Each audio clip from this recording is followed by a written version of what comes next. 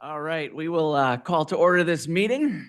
If I had the gavel, should I use the gavel today? I think I'm gonna need it. Oh, they got quiet. Oh, okay, I can put the gavel back away. Dave was gonna come in. Maybe I need the gavel out. I don't know. Hey, let's call to order this Tuesday, August 25, 2026 meeting of the Ottawa County Board of Commissioners. I think up to date, who's got the prayer today, invocation? Is that you? I will for you. Commissioner Bonema. Yeah, you bet. Take it away, sir. If you join me in praying.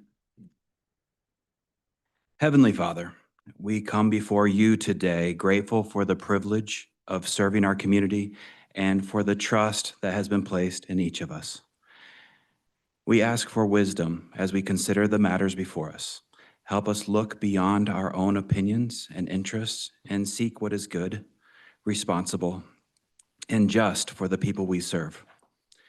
Remind us that the authority entrusted to us is temporary, but the consequences of how we use it can last for generations.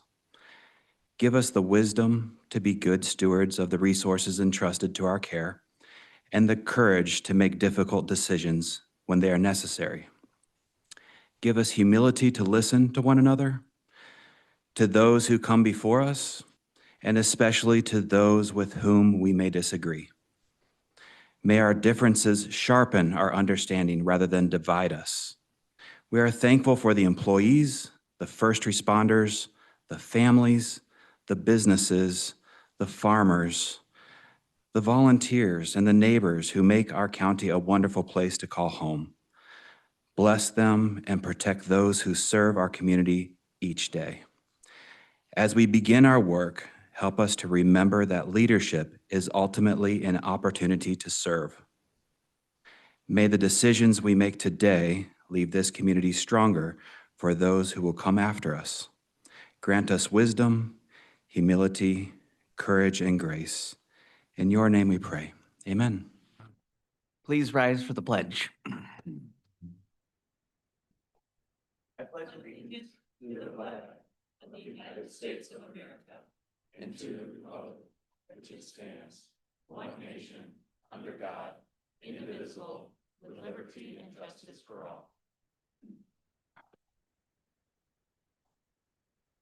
All right, thank you, everyone. Thank you, Commissioner Bonema. Clerk Roebuck, if you would call the roll, please. Yes, sir. Mr. Berry. Here. Doritsma. Mr. Zylstra. Here.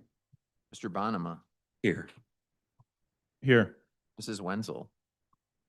Mr. Teeples. Here. Mrs. Rohde. Here. Mr. Kyers. Here. Mr. Bruger. Here. And Mrs. Miedema. Here. Mr. Chair, we have a quorum. All right, thank you, sir. Up first for correspondence, item number 4, we've got the Sheriff's Commendation Awards. And as usual, the sheriff has brought quite a party with him. Take it away. Good morning. Hope you're all doing well. Appreciate again the time that you've given to us. We have a bit of a different one to start off today. A lot of times our awards are about a single action or an event.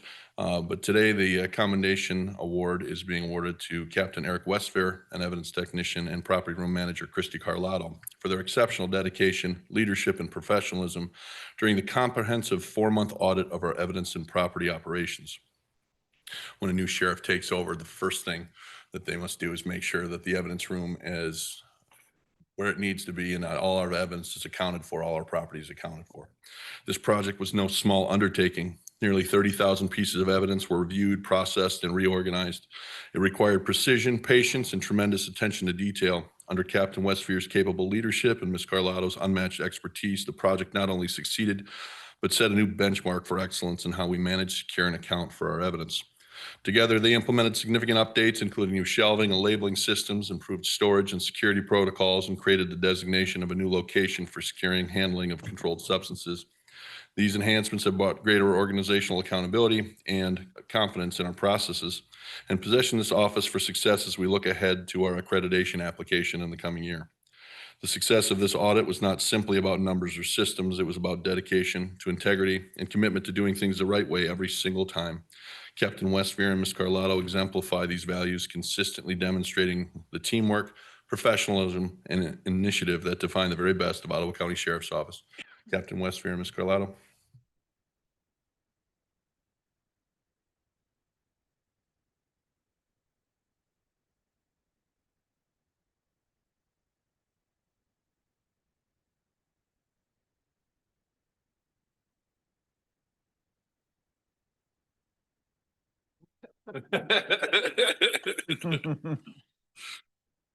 Thank you, Bo. And we also recognize Deputy Tottingham for his outstanding work and professionalism during an incident that began as a routine traffic stop, but evolved into a significant investigative breakthrough. On June 3 of 2026, Deputy Tottingham observed a suspicious vehicle in the village of Spring Lake. When the driver fled at high rate of speed through a congested area, Deputy Tottingham made the difficult but correct decision to terminate the pursuit, prioritizing the safety of the public above all else. What sets this incident apart is what happened next.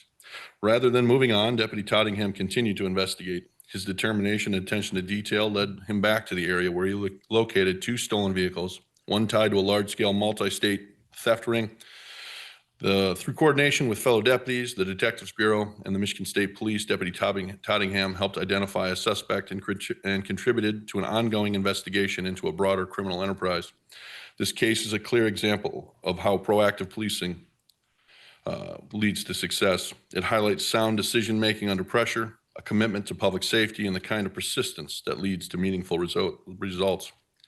Deputy Tottingham's actions reflect great credit upon himself and the Ottawa County Sheriff's Office, and it's for these reasons he's being recognized with the Sheriff's Commendation Award. Congratulations, Deputy Tottingham. Well done.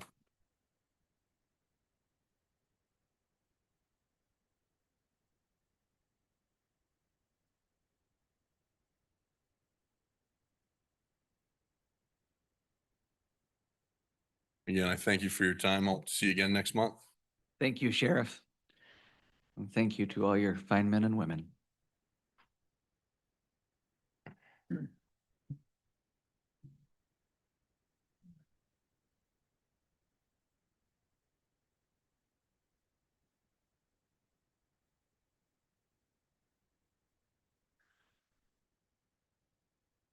All right, item B under correspondence, Community Mental Health 2025 Annual Report presented by Chief Executive Officer, Dr. Michael Brashears. Dr. Brashears, welcome to the podium. Good morning. Told I have less than 10 minutes. You got this. You should have in your packet the annual report for 2025. 2025, it's almost 2027. Believe it or not, one of the delays that we had related to this is that we didn't actually close our books or get reimbursed from the state until 2 weeks ago. So literally, one of the issues that we deal with community mental health, as you know, is not being able to reconcile the finances until 9, 10, 11 months later. This has been the story for 60 years. And will continue, but that's one of the reasons why we had a delay on getting this formulated. Now, I'm wondering if I can use this. Okay, and where do I point it? Just anywhere. Okay. All right, point it anywhere. Okay. You can go to the next slide, please. He'll react. Actually, a shock. That you'll hear from me a lot. So I'll have you recognize our mission and vision statement. We just had a CMH board work session where we're reviewing all of our board policies, procedures, bylaws, and we had an interesting discussion related to our mission statement. And we're going to be looking at revising and expanding it a bit because it doesn't necessarily cover in the unique way all of the populations that we have the honor of providing services. If you look at our mission statement, it has 3 broad groups: mentally ill, intellectual and developmental disability, and substance abuse type of services. We serve far more individuals with different needs. And there's a real distinction between autism and other forms there. So in the upcoming weeks and months, we'll be looking at that, and I'll be happy to come back and show you changes to our mission, vision, and value statements reflected on a dialogue that we are having will be with the community and with our board. So I wanted to point that out, that the mission statement, as you know, should guide all of our objectives, strategic planning, and what we have discovered it is too general. Now, I don't want a 6-page mission statement, but just so you know, we're looking at that. I think it was a very good dialogue we had at our work session. Next, please. All right. So 2025 was the first full year I was in as executive director and CEO. I started the last 2 months in fiscal year 2024. And in 2025, we actually began the long discussion about becoming an authority, as you're acutely aware. So during that year, we did a series of discussions, public hearings and whatnot that led to more of that in 2026. But it was a fundamental transition conversation, one of many that we had in 2025 that is shaping where we're going as an organization.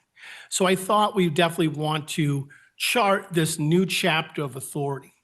And briefly, even though it's not within a 2025 report, I want to let you know the transition process to becoming authority is going quite well with the county administrative and our staff.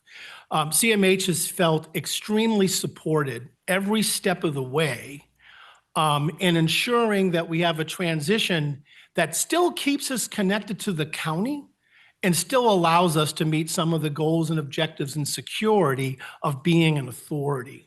And so I just want to let the county commissioners know from the administrator's office, the deputy administrator, especially in finance, IT, HR, all of those departments have been working very hard. It's a heavy lift.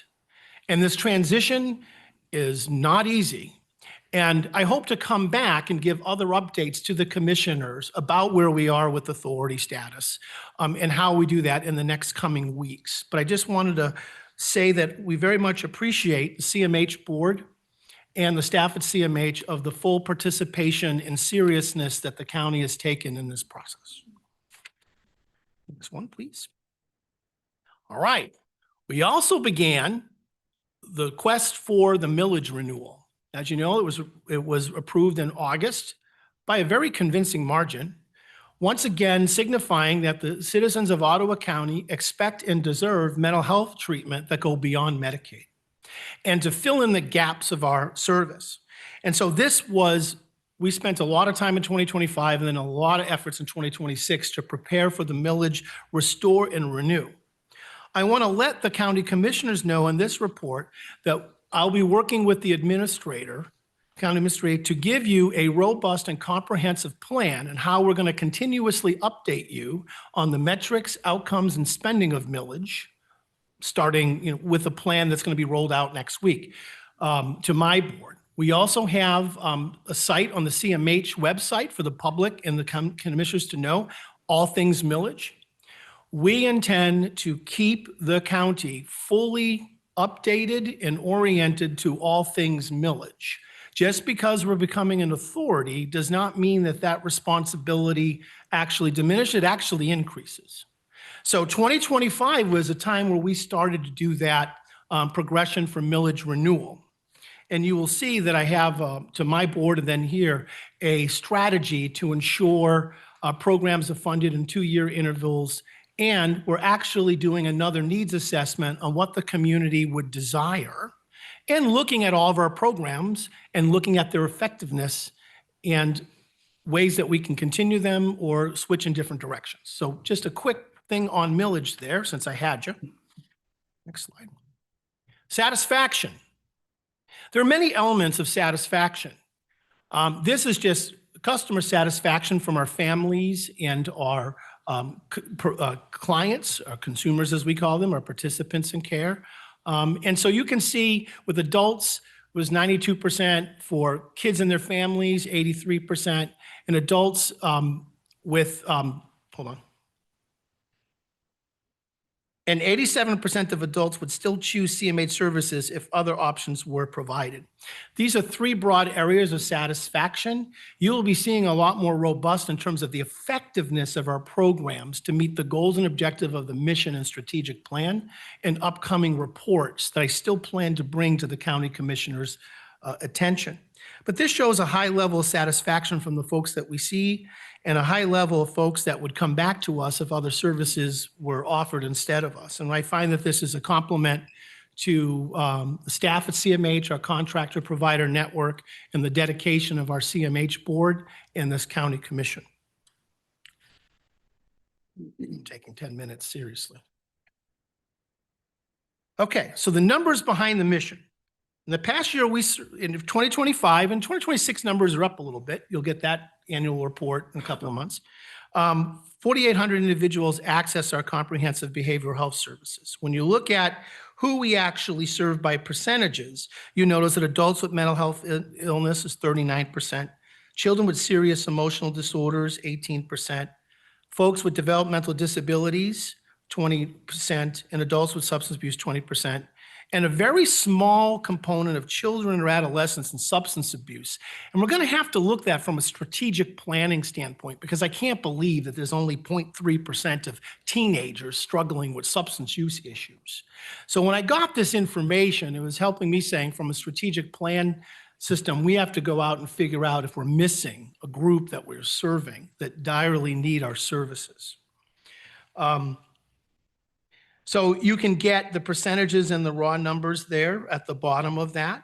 We primarily continue to serve a robust and comprehensive part of our community, and 4,800 people. It's a lot. Next slide, please. So when we say investing in our community, direct run services are services that we have county employees or do we directly operate. And you can see some of the programs that we do. And what you're going to notice between direct services and contracted services is that there's a balance of that. We tend to directly operate, with the exception of, say, residential services, folks with the most severe forms of mental health challenges or issues. Again, with the exception of residential, because we have learned in Ottawa that directly operating that with staff that we can assure that are highly trained and monitored directly is a better approach. It's not the same approach through all the CMHs in the state. The small CMHs would directly run more just because of size, but our neighbors to the east, Network 180, primarily contracts out all of their services. So we've always had a balance between directly operated and contracted services in our provider network to deliver the services. And you can see that case management, or managing that case, I like to say case management is at the core of what we do. It drives the treatment plan. So the more you have control in populating that and delivering it, the better. That's why it's not primarily contracted out. So this slide's to give you a sense of that balance and the types of programs that we directly operate and versus what we contract in for contract providers to provide. Michael, we'll give you a bonus 2 minutes. How about Thank you. I'll get there. Okay. Go to the next slide. This continues related to the funding sources. And if Karen was here, I think she is here, she'll attest it's a very complicated, convoluted funding system with different requirements. But once again, our primary funding source is Medicaid. It's also the source of our primary deficit, Medicaid. We don't control Medicaid, county commissioners. We can only manage it and do the best we can to stay within the Medicaid funding that we have, but it is the primary source of the public mental health system. And that's reflected here. And when you add up all of the funding sources for mental health and substance abuse, it's about 74 million. And then if you look at the expenses, it balances out to that as well. In fact, it shows a little surplus. That's because we're able to cost settle with the region on our Medicaid deficit each year. When the region runs out of money, that's going to be an issue for CMH. And we're actively lobbying and working with the region and the state to ensure adequate Medicaid funding. So that's why you can hear as county commissioners, CMH deficit, and get this and saying, but we were made whole. We were only made whole 2 weeks ago. Okay. And the county has been very generous in working with us with cash flow and other components to keep us afloat. And that has been an advantage, and we'll continue with the authority status. We have plans to make sure that happens still. So that's what that slide is showing you. If I had 30 more minutes, I would tell you. The next slide is related to millage and grants. Starting next year, you'll get a lot more separation between the millings and grants revenue and expenditures separated out. We're going to be able to do that so that you can see clearly the difference between a millage expenditure and a grant expenditure. But this gives you the general source of the revenues and then the general expenses based on kind of categories that are there. And when you add up all of the millage and grants, it was roughly about 8.6 million. And then the expenditures are going to be a little higher, but then there's kind of like timing issues with that. We're still recouping some of that money still, believe it or not. This I wanted to bring up just quickly, and you can read it in your packet. When I first came here in 2024 in that July, we were actually estimating a slight surplus in our budget. 2 months later, we had a $5 million deficit exposed. It didn't come out of nowhere. It took a long time to figure what that was about. And it was some of it the way that we were projecting deficits and some of the way that we were reporting it. And really what happened in 2024 was the same story that's been happening the last couple of years. Increased utilization of specialized residential services, CLS, client care expenditures as the primary driver of that. So since 2024 and in 2025 respectively, I've been dealing with what we call a structural $5 million deficit. That was the result of this. And these types of expenditures are for programs where you don't get discharged from. It's not like, oh, we'll just reduce those same services by equal amount. People that get those services usually stay in there permanently. So I've been working robustly with the region and the state to address this structural Medicaid lack of funding for services that we can't deny.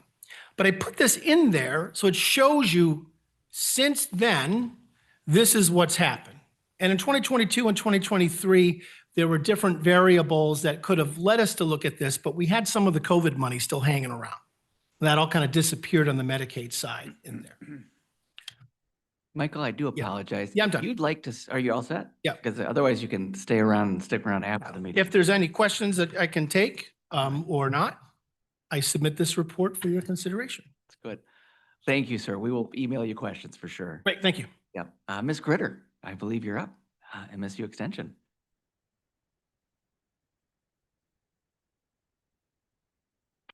Welcome. Thank you. Good morning, and thank you for this opportunity to be able to share our annual report. My name is Kai Gritter, and I am the District Director for MSU Extension's Allegan, Barrie, Kent, and Ottawa counties. Very grateful to be here, and thank you for your support. Just wanted to share that your funding makes it possible for us to deliver the impactful and research-based programming that we offer right here in Ottawa County. We have dedicated staff across our 4 institutes and within the region as well, those other counties that I mentioned, who provide a variety of programs for residents right here in Ottawa County. Some are actually here today. Just want to thank them for being here. And if you have any questions, they'll be happy to answer any of those. Just want to start out by shouting out the fact that over 3,000 Ottawa County residents participated in our programs last year. That is everything from our health and nutrition, community food and environment, children and youth, and agriculture and agribusiness programs. And that's pretty amazing. In addition, residents accessed over 580 of our programs, and these are either in-person or virtual programs. And we worked alongside 161 volunteers who expand our reach just by the virtue of being partners with us. We were responsive to community inquiries through our Ask Extension service. This is an online service that somebody can reach out to anytime during the week, email their questions, maybe post a picture and ask, what is this on my plant? And an extension expert will respond to them in a couple business days. In addition to that, we engaged with 380 client consultations. So that could be one-on-one on-the-farm visits, or it could be a phone call that one of our extension staff had with a community member. Let me now just delve into our Community Food and Environment Institute. Through our Community Food and Environment Institute, Ottawa County residents had access to financial education and home ownership, credit, retirement planning, budgeting, small business development information. In addition, we're able to promote something fun like our Michigan apples through the My Crunch campaign. You notice there's a picture on, let me see which page that is. I think it's on page 2 or page 3, where you actually see us participating. And we go all around the state having people take pictures just to highlight the benefits of Michigan apples and having youth engage in that as well. In addition, our MSU Product Center staff worked directly with entrepreneurs to help them move beyond a concept to an actual product and to finding markets to be able to sell their product. One example we wanted to highlight is Kitawampus, I hope I didn't butcher that spelling, that pronunciation, Kitawampus Soda Brewing out of Zealand, where I live. The owner participated in our food showcase that was actually in Grand Rapids and was able to connect with other small businesses and retail buyers so that their product can actually have customers. In addition, we did community development work and we reached this very board. I'm sure you remember back in December, Eric Walcott met with you and he facilitated a workshop on administrator roles, board roles, county authority, governance, and ethical public service. I hope it was beneficial for you. We tend to do that with our county partners. Finally, I'd like to highlight Dr. Dan O'Keefe's work. This is highlighted on page 4 of the report. He has done a lot of amazing work in bringing Extension's fisheries expertise directly to Ottawa County. So whether it's engaging youth with hands-on learning or helping anglers contribute meaningful data to the fishery management system that we have in place, or working with Eric from the Sheriff's Department for cops and bobbers, there were so many events that he engaged with, and I just thought it was worth highlighting them on page 4. Next, I will discuss a little bit about our Agriculture and Agribusiness Institute. That starts on page 5. Now, as you all know, agriculture remains an important part of Ottawa County's economy, and MSU Extension sees the great importance of that, and we bring a wide range of expertise to local producers, because at the end of the day, we want our local producers to thrive. In 2025, over 250 people participated in our ag programs. Almost 200 residents attended the Great Lakes Expo, which actually is hosted in Grand Rapids, but we have staff throughout the state engaged in that, in planning that, and just ensuring it's a great success. We had 83 individuals participate in our pesticide applicator training and testing, and 204 soil samples were processed from individuals right here in Ottawa County. And just wanted to thank my partner here in Ottawa County for highlighting our soil testing through the Ottawa Way newsletter this summer. We have got a lot more traction as a result of that. I'll highlight 2 efforts by educators that are actually funded directly by the MOA with Ottawa County. Our small fruit educator, Dr. Carlos Garcia Salazar, made more than 45 visits to Ottawa County blueberry farms. They're a double number of that, about 90, and he went to half of them last year. He helped producers with pest management, crop management, scouting, production challenges, and he is just very well known in this realm. Additionally, Charles Gould, who is also funded by the MOA, partnered with the Farm Bureau to provide hands-on manure pit and grain bin safety and rescue training for 54 farmers and 80 first responders. And he also partnered with the Farm Bureau to host the Michigan Manure Summit, which equipped 92 participants with current science, regulation, and best practices. This is all in a bid to ensure safe management. In addition, we did so much, but I only have 10 minutes, so I'm just going to give highlights. Our staff provided dairy education. We had a very wonderful dairy dinner right on this premises that was led by Martin Manuel. We partnered with the Conservation District for Prairie Strip Field Day. The educator who was involved in that is typically based out of the Kellogg Biological Station, but she came here and partnered with the Conservation District for that. And we also supported the Farmland Preservation event. I must say, Farms of the Tapas was amazing, and I was there, so it was great to be able to support farmland preservation. In addition, our staff helped Ottawa County's greenhouse and Christmas tree industries remain competitive and profitable. They connected growers with latest research, new plant varieties, practical production strategies, and all this is detailed on page 7 of the report. There's so much and so little time. So I'm going to actually stop at this moment and invite Morgan Mills, who is our 4-H program coordinator, who's also funded by the MOA, to share a bit about the youth programming from 2025. Thank you for having me. As Kai said, my name is Morgan Mills. I'm the 4-H program coordinator for Ottawa County. The goal of 4-H is to provide interactive learning opportunities for youth so that they can learn by doing and really get their hands on what they are really interested in. And we also strive to connect our youth with safe adult mentors. So a scope of our 2025 program was we had 483 youth enrolled in 4-H clubs and 116 total adult 4-H volunteers spread across 36 4-H clubs and committees. We also were able to reach 831 total youth participants through our community outreach events and things along that nature. We also have a few partnerships spread across the county, but a few that I wanted to touch on was one that we did out at Swiss Lane Farms with youth from Kent and Ottawa counties, where we brought them out to a dairy farm. So they learned about dairy nutrition, did some interactive experiences, and then they were able to actually go on farm and see how those practices were applied on an actual dairy farm. Another one was our Summerfest Archers program, where we went out to Coopersville Farm Museum and we brought a practice archery set, and we had about 150 people stop by. Some youth, but also a lot of adults were interested in participating in that too. So we got to see a lot of people out there and some past 4-H members. We also wanted to highlight some of the excellence of our 4-H members that are enrolled in our clubs. We had 19 attendees at both the State Horse Show at MSU's campus and Dairy Days at MSU's campus. And that is included more in the annual report, but a lot of our participants placed first, second, and third in their respective classes. We also had 2 youth that were selected out of a group of 141 to represent the state of Michigan at the World Food Prize National Institute in Des Moines, Iowa. They presented topics about food insecurity in different countries and their ideas to tackle those challenges and grow as leaders. And of those 2, one was actually selected to receive a $2,000 MSU pre-college scholarship to go towards her first year as a degree-seeking student at MSU. So those are some of the highlights of the 4-H program from the last year. Thank you. Thank you, Morgan.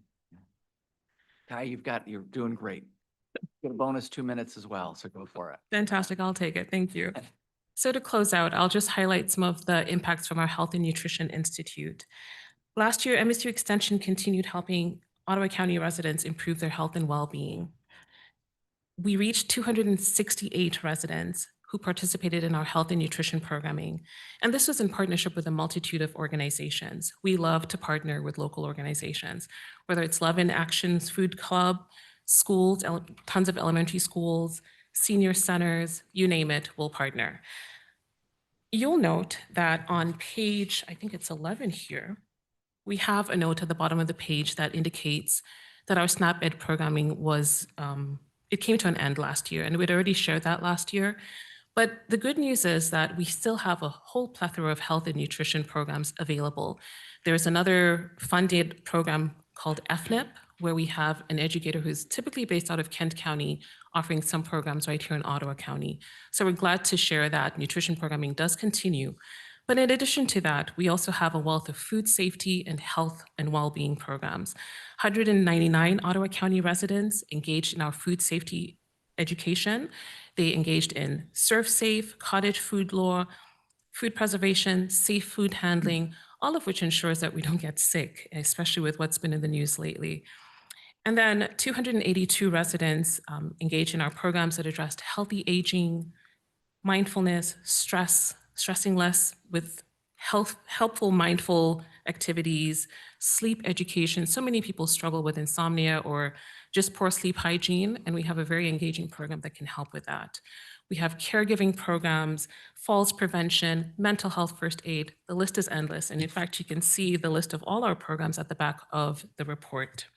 So I say all this to say, a lot of great things happened in 2025. We're so grateful for your partnership and support, and we look forward to continue to work with you going forward. I'll stop at this point and ask if you have any questions. All right, I think we've got a moment for a question or two. Anybody? Well, Kai, thank you very much. We will be sure to reach out with questions by phone or email. I appreciate it. Thank you all so much. Thank you. Okay, item number or letter D on our agenda, Human Resources 2025 Annual Report, presented by Interim Human Resources Director Sarah Allen. Welcome, Sarah. Thank you. Good morning, Commissioners. My name is Sarah Allen, and I'm so pleased to be here with you this morning to present the 2025 Human Resources Annual Report. I always say that one of the things I like best about working in county government is learning about all the different things that county governments do. And so far this morning, we've learned about mental health services, and a new area of service for me was manure pit safety. So we're going to roll right from there into human resources. In the human resources department, we have a full service HR team. You can see here, there's all of our different services that we offer. Working in Ottawa County Human Resources is great because we have a big enough team that we really have subject matter experts in all of these areas, but a small enough team that we still work very closely together, and we have a really close-knit, cohesive team. So that's part of a great part of working here with Ottawa County Human Resources. So to get into some of our subject areas here, our services, we're going to start with hiring. And we have on average 1,360 employees in 2025. Our HR team consists of 13 team members, so that's right in line with industry standard for staffing for HR, which is about one HR professional per 100 employees, so we're right in line there. We saw 209 job postings. So part of what I want to do today is give you a little bit of what it's like to work in HR, and those 209 job postings represent 209 moments when a hiring manager realized that a valuable team member was leaving. And so they're reaching out to HR oftentimes, with some of the stress and anxiety that comes with that moment, and thinking about that diminished capacity and how they can ever replace, a valuable team member. And so we come alongside them in that moment, and we work quickly and efficiently to help them get that process going forward. We received 5,783 applications in 2025. It's a lot of people who are looking to work at Ottawa County, which is awesome. That's an average of 28 applications per posting. We conducted 791 interviews. We have people on our team who their job day in and day out is to conduct interviews. Conducting interviews is really special, although the workload around that, as you can see, is pretty hefty. But it's very special because we are looking for people who have a passion to serve in all of the very unique ways that county governments serve. And we're trying to understand their skills and their experience. And around an interview table, you really get the chance to hear about people's careers, their journey, their professional, experiences so far. So you'll hear about their successes, their failures, what they've learned from it, and ultimately how they think they might be able to apply those talents here at Ottawa County. We had 242 new employees start. That's 242 first days on the job. 242 starts of a new chapter. Everybody who's ever started a job anywhere has had one of these days. And we have employees who work here for 20, 30, sometimes 40 years, and everybody had a day one. So those 242 new employees, that's an important moment in someone's career. And so we have the privilege of saying, come to HR on your first day. And if you come by Monday morning on any given week, there's going to be a bustle of activity, and our team is working very hard to make those new employees feel welcomed. This is a new statistic that we pulled for the first time really in our 2025 data, and that's the number of employees who were promoted. So we saw 80 employees who moved to a higher level position. So of those 209 job posting, 80 of them were internal applicants. And I think that's a great number because it really demonstrates that we have a lot of great internal talent, and we have an internal culture that is focused on growth and development, and there are opportunities here to grow in your career. We saw about a 13% turnover across the board, and we pulled our new hire turnover. Again, this is a statistic that we started looking at more closely more recently. We were actually a little unpleasantly surprised to see how high it was. Close to 21% new hire turnover. So these are employees who did not make it to the 12-month mark. So this is an area where we are going to be bringing more focus, more attention. There's kind of a lot of variables that could go into why this doesn't work out. And so this is really, like I said, something that was kind of like a little surprising to us and certainly an area of focus moving forward. Here's some of our statistics on our applications versus our postings. So this is really our supply and demand that we see. So applications and job postings both went down just a little bit in 2025. So supply and demand going down last year, representing just a little bit of a cooling off of the labor market. You can see that we have this combined with Michigan unemployment rates continuing to go up. So it's good to keep an eye on, kind of how we're functioning in the market. We also maintained a very strong and comprehensive internal growth and development program. This is our internal training program. We really have these trainings in 3 areas. We have our new employee trainings. You can see there's a variety of training opportunities listed there. Our emerging leaders program, which is for high potential employees who want to grow into higher level positions at the county. And then we have a very comprehensive leadership development program. For our Emerging Leaders program, this is a training that started in 2018. It's a year-long commitment. So it's designed for people who want to move into higher level or supervisory level roles. There's a lot of parts and pieces with this. There's classroom instruction, peer coaching, research, presentations, networking. One of the statistics that we're really proud of is that 48% of emerging leaders graduates have been promoted since participating in the program. So certainly some of those 80 people who were promoted in 2025 were graduates of this program as well. And then this is our Ottawa County Leadership Competency Model. This is something that we developed a few years ago, and we're continuing to work to strengthen and kind of like embed this into our leadership approach at the county. We started by asking ourselves, what makes a great leader? How do we define great leadership, and how would we know if we saw it? And so in human resources, we did a variety of things. We did a focus group, we did some research, and we developed this model. So this is essentially our working theory about what great leadership looks like here at Ottawa County. So broadly, great leaders do 5 things. They inspire a shared vision, cultivate growth and development, nurture team relationships, empower projects, and navigate the organization. We have a whole host of workbooks and tools to help our leaders really understand and grow their skills across these areas. One of the trainings that supports one of these competencies, specifically our Inspire Shared Vision competency, is a new leadership training that we introduced in 2025, which is called Crucial Influence. This builds on some of the other leadership trainings we offer: Crucial Conversations, Crucial Accountability. This training really helps leaders build skills to improve results. So we're looking at, what are those metrics and results we want to improve? And then how do we get teams, departments, communities all moving in the same direction to achieve those results? So this was a new training that we rolled out in 2025 for our leaders. Switching to talk about health insurance. This first slide is the Ottawa County medical and prescription costs through the years. You can see that there's a few lines here. The top line is the national trend of health insurance and prescription costs.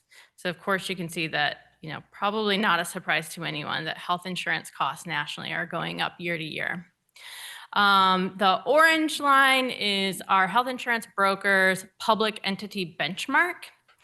you can see that the yellow line is the Ottawa County costs and the blue line is the PA 152 hard cap. So overall, you can see that the Ottawa County health insurance costs are far below both the benchmark and the national costs. So that's great.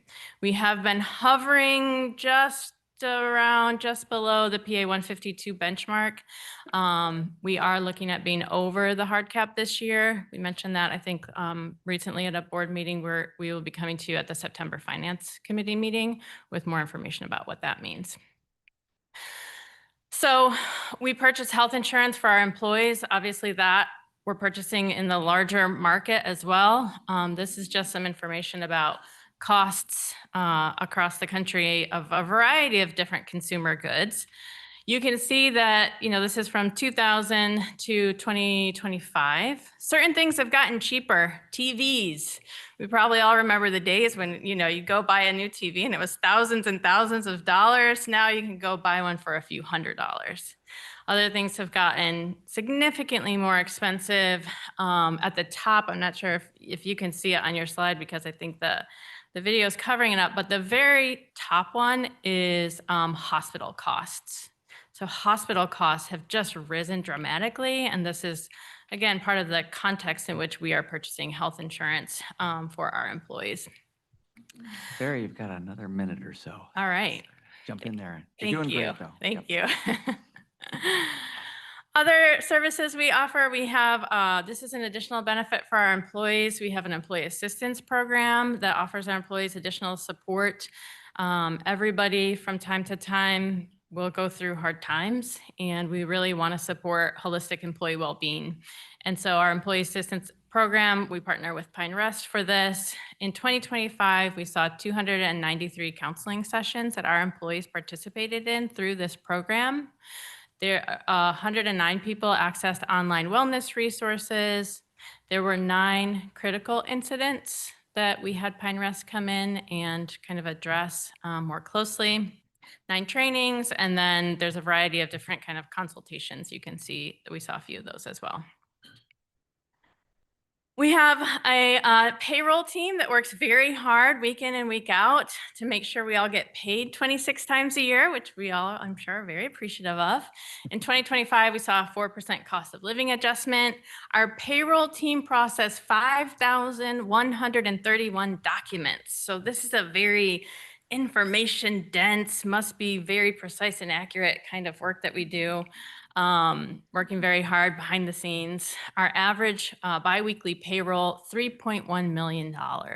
So our team works to steward the taxpayer resources that we're entrusted with, work very hard and diligently and kind of like a very detailed, process-oriented, kind of workload, and then help make sure those resources get into the bank accounts of our very dedicated employees and get converted into, groceries and this time of year, backpacks and school supplies. So very important work our payroll team does every week.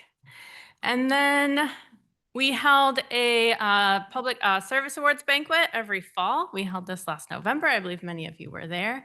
Last year, we had 130 honorees and 28 retirees celebrating their dedicated service to the county. And then this is the HR team. This is our current HR team.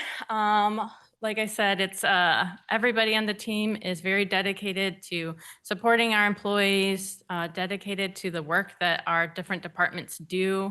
It's always so interesting to learn about the work that our departments do and do the best that we can in HR to support them. So it is truly an honor to do this work and to work alongside this group of dedicated public servants. That's it. All right. Thank you very much. Thank We you. will give you a ring or email you some questions. Absolutely. All Thank you right. so much. Appreciate the update. Okay, item number 5 on our agenda is public comment. If you'd care to address the board, please approach, state your name, voting jurisdiction, and keep your comments to about 3 minutes. Welcome. My name is Dirk Cucci, and I actually have no idea what voting jurisdiction I'm in. I live at 104th and Olive Township, so I feel like Close enough. close enough. Yeah, I was going to say, I think Here it's we you. go. I think Yeah, it's you. all right. So I'll take less than 3 minutes. I'll take about one. I just want to express concerns about the flock cameras that I've seen, like many, seen them up around town. Hadn't known much about them. Had a friend kind of draw my attention to them. Started doing a little research. I know that's a little bit dangerous. You can go down a lot of rabbit holes, and I'm not one to latch onto conspiracy theories. But happened to be on vacation last week with my brother-in-law. He's on the sheriff department in Gallatin County, Montana. So just asked him about them, and he said that they've decided not to use flock cameras in their county. He said we value license plate readers. They're super helpful. He said they're a great tool for us. But he said, we have concerns about flock camera and with exactly who they're sharing information with and about the privacy of our citizens. So that kind of raised some red flags in my mind. And I guess I would just encourage the commissioners to be very transparent about their use of flock cameras and perhaps to put that before the public for maybe a little bit more open discussion. So thank you. Thank you, Dirk. Anyone else?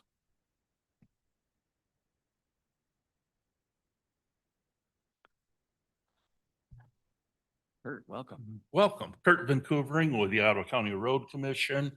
Gabe is my District 4, so came here because George I asked said he wanted to see a quarterly review from the Road Commission, and we meet quarterly.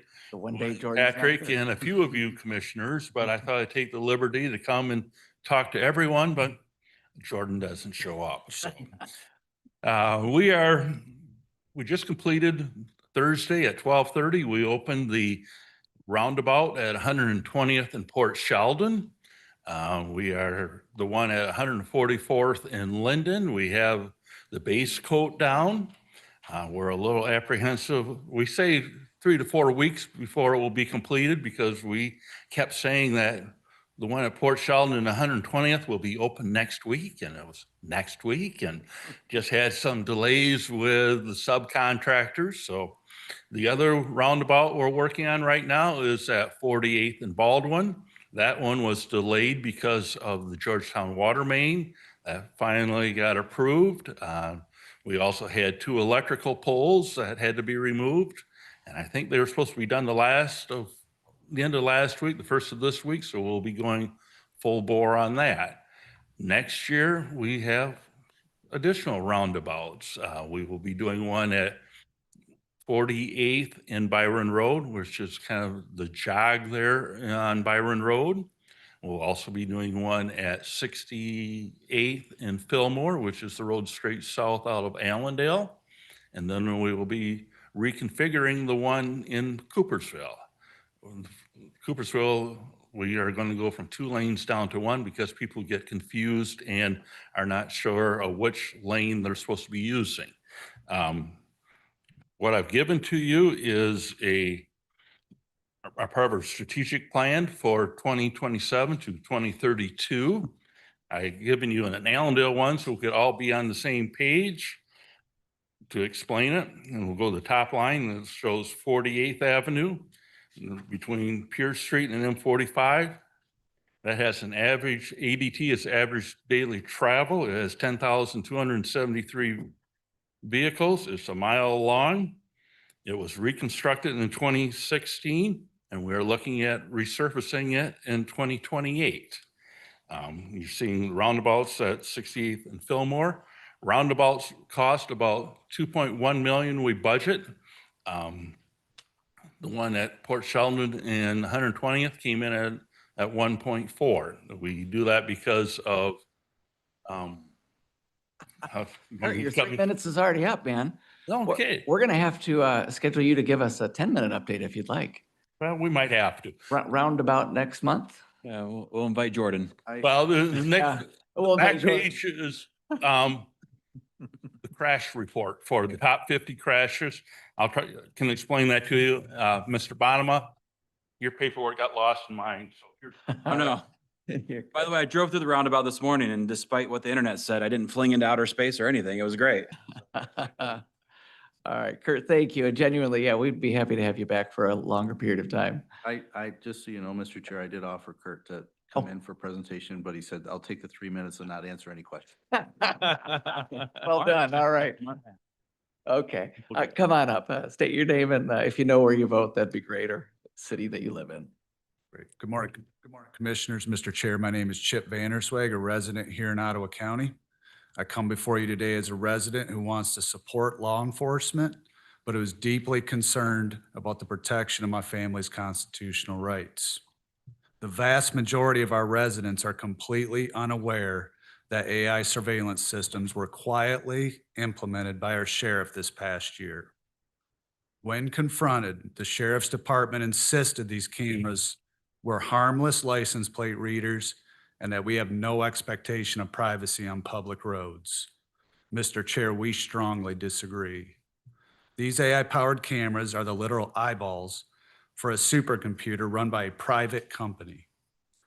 They are highly capable of capturing detailed images of every vehicle and family coming and going from Borculo Christian Reformed Church, Borculo Christian School, and the rest of our activities on the roads.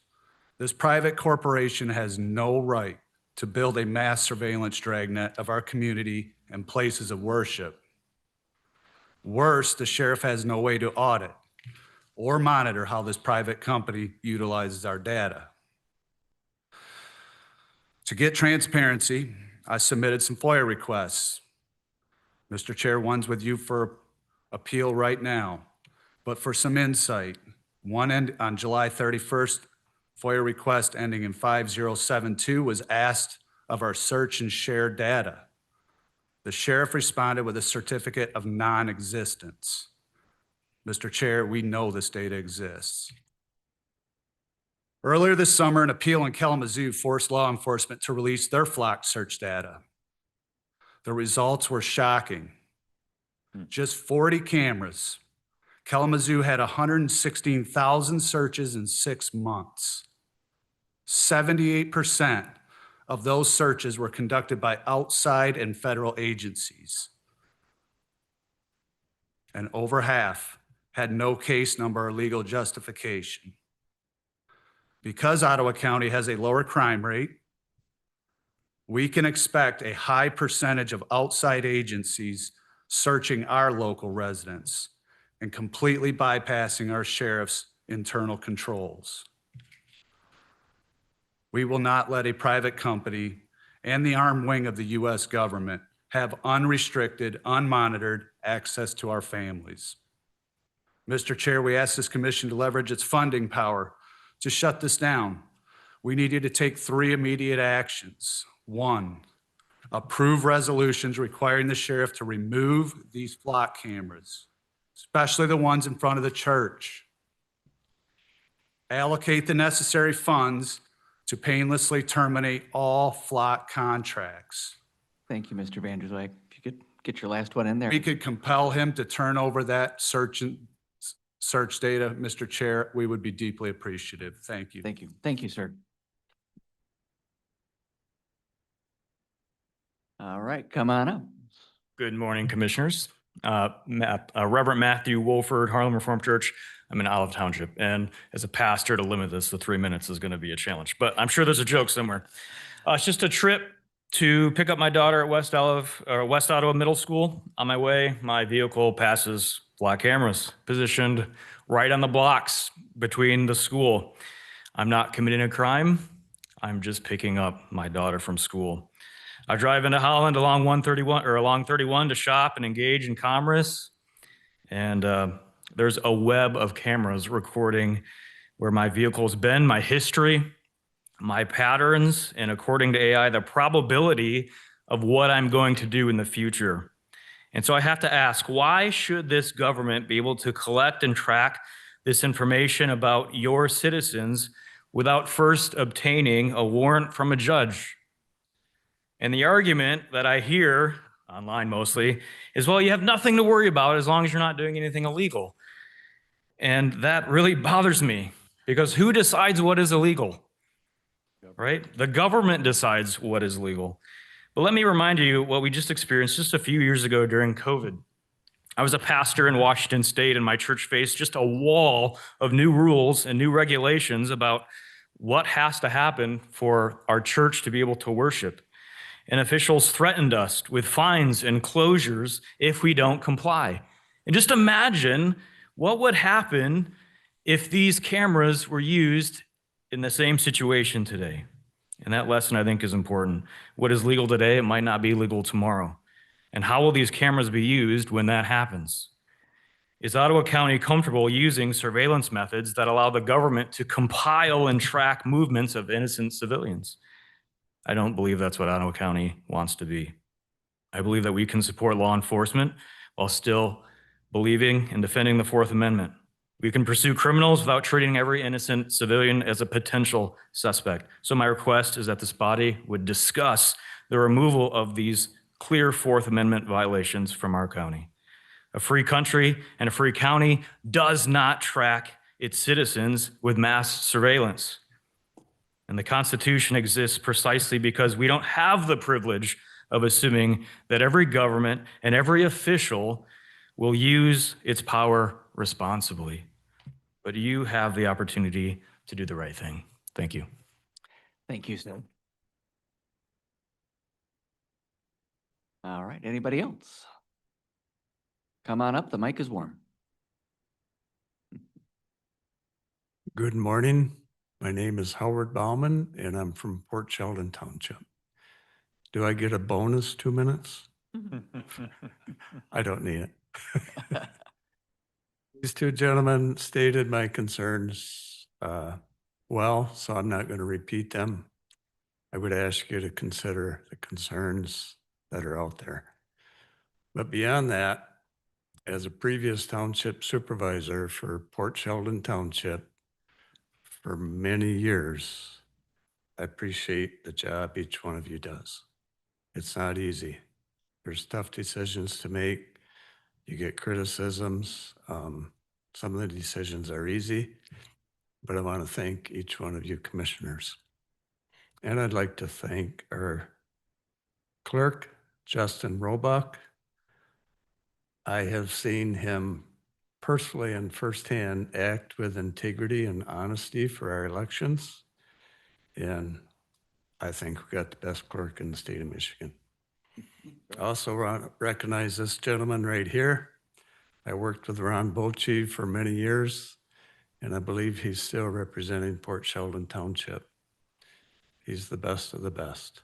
So thank you for your service. I've been in your shoes on a township level, but I appreciate each one of you. Thank you, Mr. Bauman. Is there anyone else?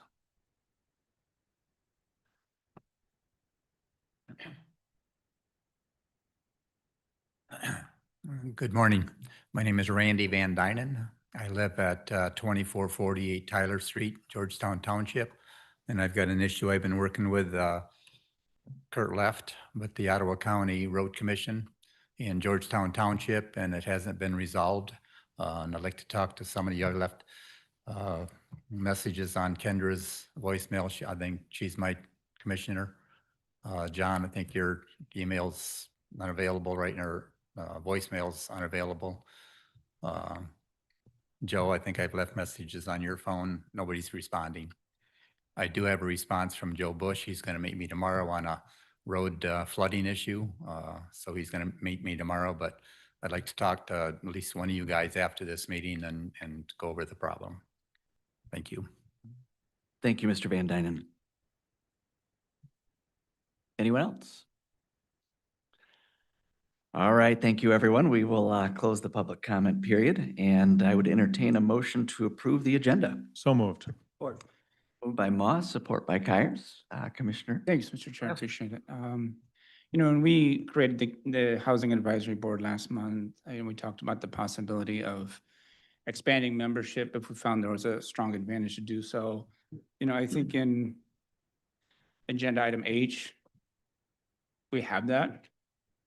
We have the advantage of having two great candidates, Mr. Gross and Mr. Roseman. Both those gentlemen have been with us basically since 2019,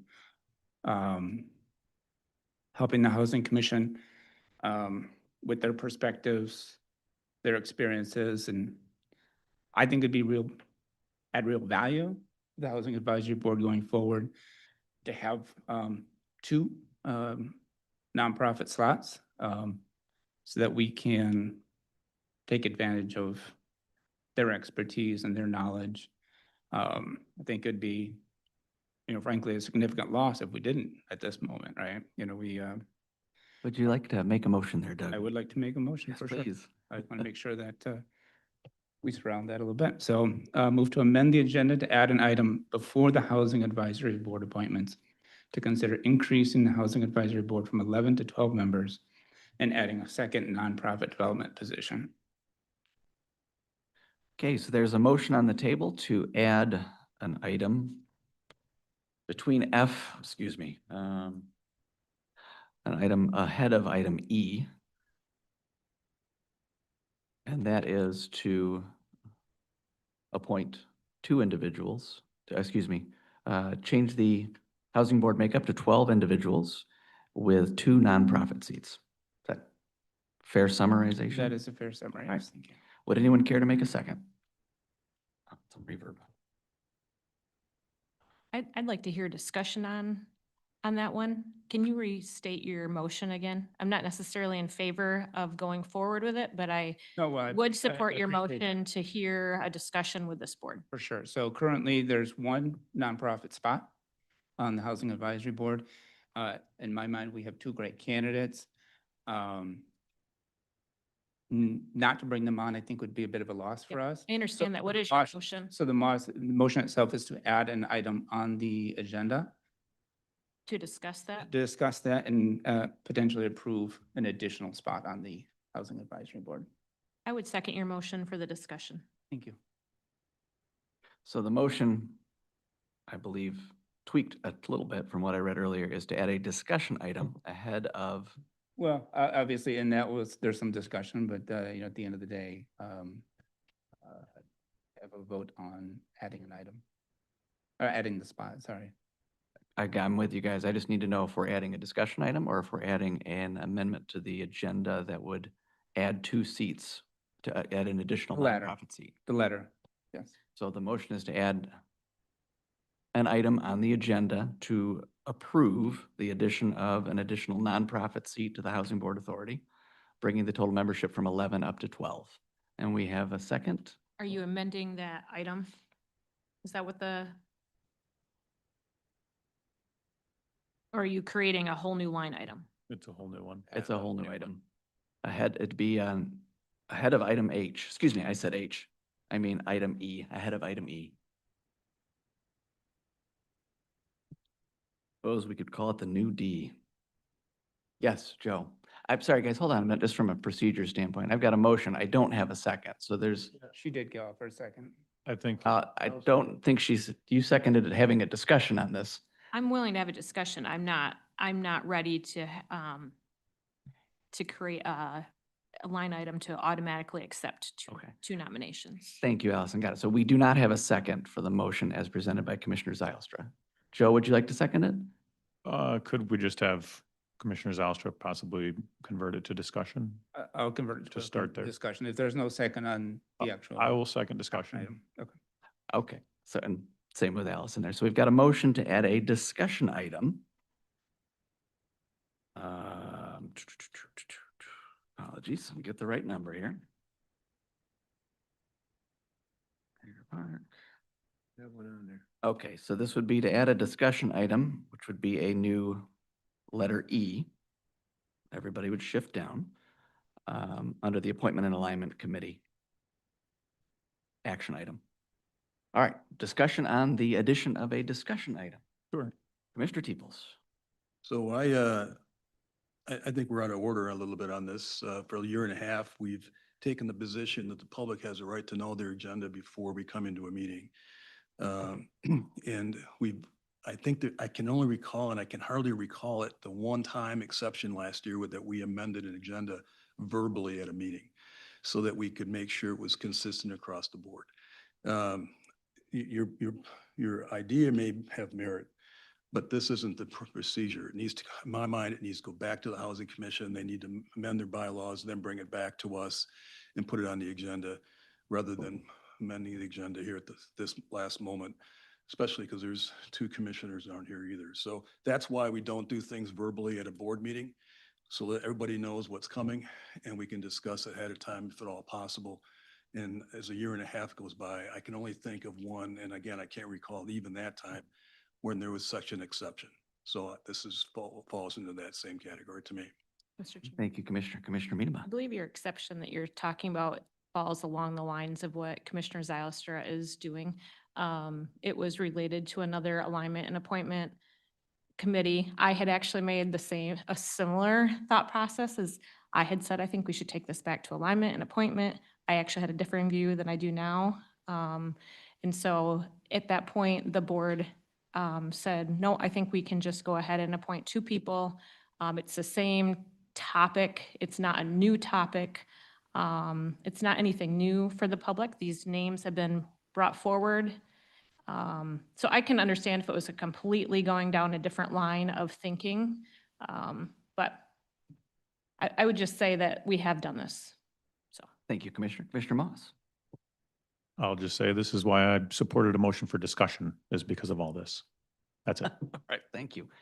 Anybody else? All right. Oh, sorry, Commissioner Berry.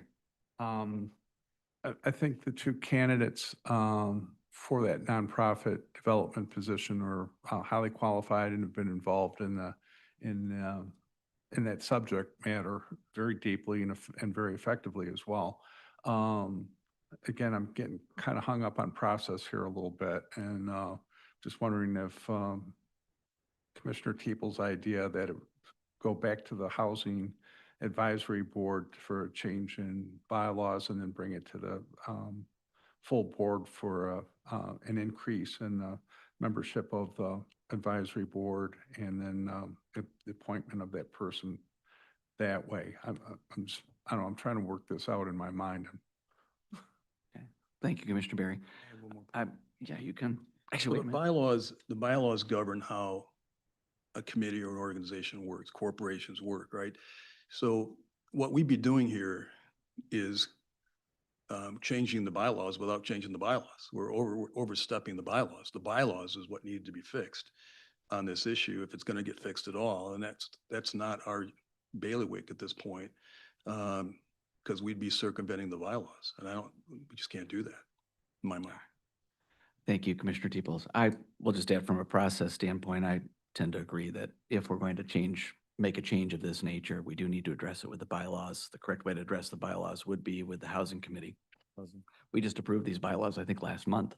So if we're going to amend them again, the process we followed previously ought to at least be roughly followed. So that'd be them, and then it would be the Housing Commission, and then it would come to the Planning and Policy Board. All right, with that, let's do a roll call vote. On the Justin? amendment. Right. Restate the motion specifically for discussion. So this one was to add a discussion item regarding the increase Kind of discussed it. from 11 to 12 members. Amend the agenda. Right. Yeah, the discussion is the amend the agenda to add the discussion item that we kind of just discussed. But at any rate, there you go. All right, Mr. Moss, Yes. Mr. Kyers, No. Mr. Berry, No. Mr. Bonema, No. Mrs. Rhodey, Yes. Mr. Zylstra, Yes. Mrs. Miedema, Yes. Mr. Teeples, and Mr. Bruger. No. And the motion fails. All right, thank you. And I'll entertain a motion to approve the agenda then. I think we have. We have the motion. Sorry, we have the motion and we have the second. Any other comments? Wow, my mic is got a reverb here. Joe? One quick comment.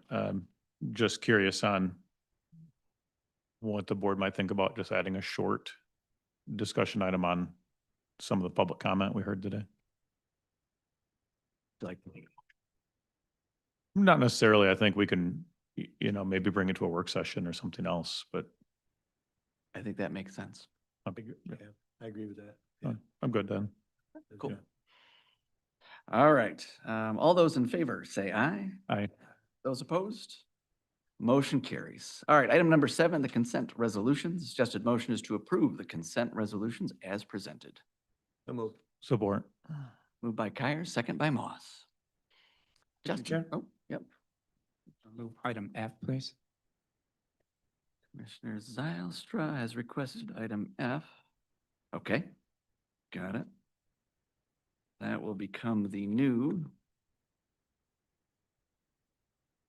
Pardon me a minute. Where do we need to put that one, guys? You can put it all the way to the end if you'd like. Make it item I. Item I, HIJ, actually item K, I suppose. Okay. Okay, so Mr. Sorry, Zylstra yes, has item K. requested that item F under the consent, under the, gracious. Need another cup of coffee. At any rate, it'd be changed to item K under the action items. Commissioner Mons? Bush, could we pull I for a brief question? And item I, which is the Hager Park Summer Camp, be moved to item L. Losing my alphabet here. All right, anybody else? Water's warm, jump on in.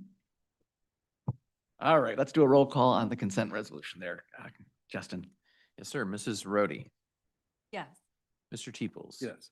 Mr. Zylstra, Yes. Mr. Bonema, Yes. Mrs. Medema, Yes. Mr. Moss, Yes. Mr. Kyers, Yes. Mr. Barry, Yes. and Mr. Bruger. Yes. Motion passes. All right, on to eight, agenda and action item requests. Item letter A, post-execution contract ratification. Suggested motion is to ratify all contracts on the ratification report pursuant to the county's contracting policy. So moved. Second. Motion by Moss, second by Medema. Any discussion? All right, roll call, Justin.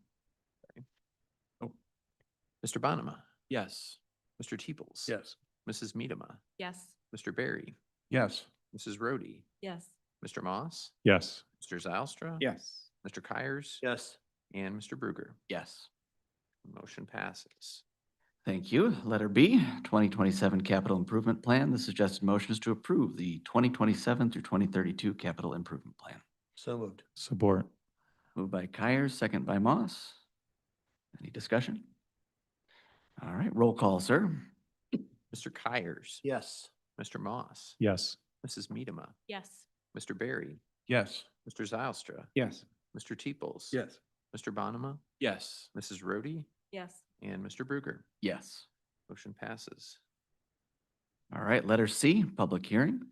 Suggested motion is to open the public hearing to receive comments on the fiscal year 2027 Ottawa County operating budget. So moved. Support. Motion by Moss, second by Kyers. Do a roll call vote to open the public hearing. Yes, sir. Mr. Teeples. Yes. Mr. Zylstra, Yes. Mr. Kyers, Yes. Mr. Barry, Yes. Mr. Moss, Yes. Mrs. Rhodey, Yes. Mrs. Medema, Yes. Mr. Bonema, Yes. and Mr. Bruger. Yes. Motion passes. All right, at this time, if you are here prepared to make a comment about the 2027 Ottawa County operating budget, please approach, state your name and jurisdiction. Keep your comments to 3 minutes. All right, anybody online? Mr. Chair, we have one member online. However, there is no hand raised. Okay. Give them a moment to raise their hand, just in case they're nothing doing? Nothing. All right. Then I would entertain a motion to close the public hearing on the fiscal year 2027 Ottawa County operating budget. So moved. Or Motion by Medema, second by Kyers. You take the roll. Mr. Zylstra, Yes. Mr. Teeples. yes. Mr. Kyers. Yes.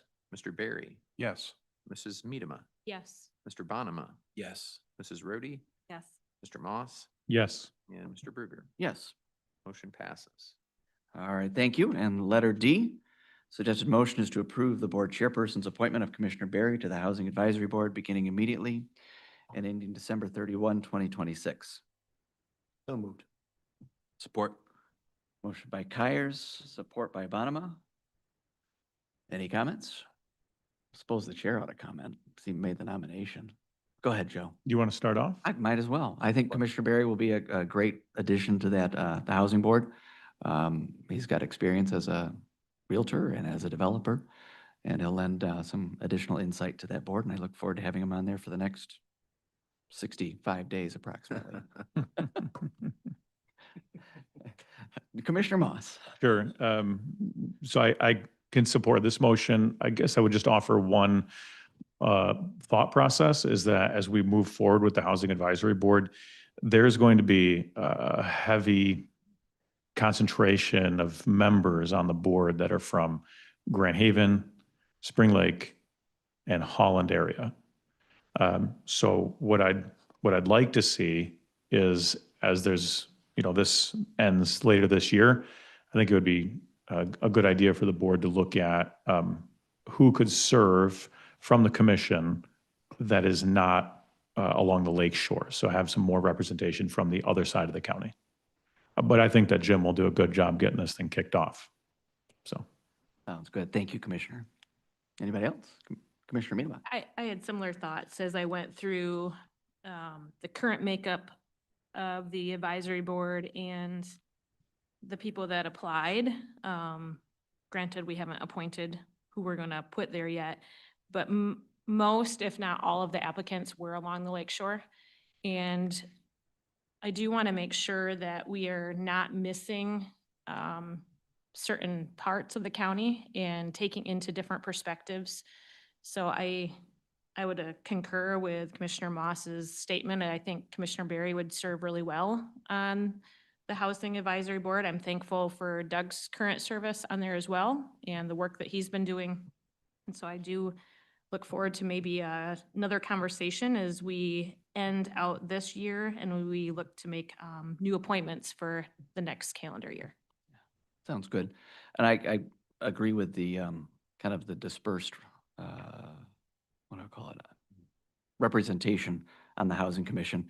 For those listening in, if your commissioner is Rhodey, Moss, Miedema, Wenzel, or Teeples, we could definitely use some representation from your districts. So next time around when we've got applications up, which, would they be the end of this year or this time next year? Sorry, I'm looking at Brian. I can't remember. So it's waiting through 2027 at this point. Just as a reminder, you've got a staggering of terms. So there are 1 year, 2 year, and 3 year seats. So yes, there will be additional seats available in the relative near future. Okay, so there we go. All right, thank you. All those in favor, oh, sorry, Commissioner Teeples. Yeah, I called your district out, so sorry, you can respond if you want. I'd like to pick up on that. I mean, if these bylaws of this committee are going to get changed potentially, then maybe what you also think about is to change the bylaws to make representation across the county a priority, not necessarily a mandate, but a priority, so that you can, someone can from those different districts, like my district or Kendra's, right? The largest districts in the county are represented. And I understand it's hard to communicate out in my neck of the woods, but still, if you put it in the bylaws that way, that's the emphasis of the priorities or, something like that, then you've got enough, you have some room in the bylaws to make it happen. And you don't have to wait 2 years to do that, right? If the bylaws get changed here again, think about it from that standpoint too. That's just a thought in the process. Just a quick question for Commissioner Teeples. Are you referring to the non-commissioner slots or the commissioner slots? I'm talking about whatever changes you're going to make, you can make those at any time in the bylaws. You don't have to wait for a certain time. Right, but I mean, would you like to see that in the commissioner slots or in the other 9 slots? I think it's up to the commission. From my perspective, it's representation on this committee should be more broad-based throughout the county, not just on the commissioner. Okay, but I guess the reason why I ask is that doing it in one of the 9 slots would be more difficult, just because, Yeah. You're a business sector, but we're also looking for you from the northeast corner, right? And it adds an additional level of difficulty to the proposal, Totally whereas agree. doing the commissioner slots, obviously, it's a little bit easier. Right? Yeah, no, well, it is. I totally agree. When you start to put categories like business, nonprofit, those kind of sectors you want on this board, which are really important, then it makes, then you, if you're going to create a category on geographics, right, that would be another, it's something you guys got to work through in the bylaws. But to expect a commissioner who's already serving on multiple committees to sit on another committee, that may be a big ask. So you need the people in the community to step forward. So fix the bylaws if you can. That's all I'm suggesting. All right. Thank you, everyone. Good discussion. Jim, you're nervous about your appointment at this point, or you? We all love you and want you. I would just like to say, yes, I have a professional background in real estate as a licensed associate broker and a little bit of development, but I'm also currently serving on the Brownfield Redevelopment Authority. And I think there's some nexus there between Brownfield Redevelopment Authority and what this Housing Advisory Board should be looking at working through. And very excited to see the new developments with this advisory board, and look forward to being able to serve. Thank you. All those in favor of appointing Jim, say aye. Aye. Those opposed? All right, motion carries. All right, from the Appointment and Alignment Committee, gotta cross that off. Item E, letter E, I think we're still in the correct alphabet at the moment. Housing Advisory Board, let me get back here. So that regarding the Housing Advisory Board, city or village representative seat, the suggested motion is to accept the nomination of Jennifer Johnson and Devin Shea, and to select one to fill one Housing Advisory Board, city or village representative seat vacancy for a staggered term beginning immediately and ending December 31, 2028. So moved. Motion by Moss and support by Kyers. And from the Appointment and Alignment Committee, we voted this morning and it was a split vote, so neither candidate received a star or a recommendation from the advisory board, which is to say, actually, they're both recommended. So, Commissioner. So thank you. I appreciate that, Mr. Chair. I did vote for Mr. Devin Shea.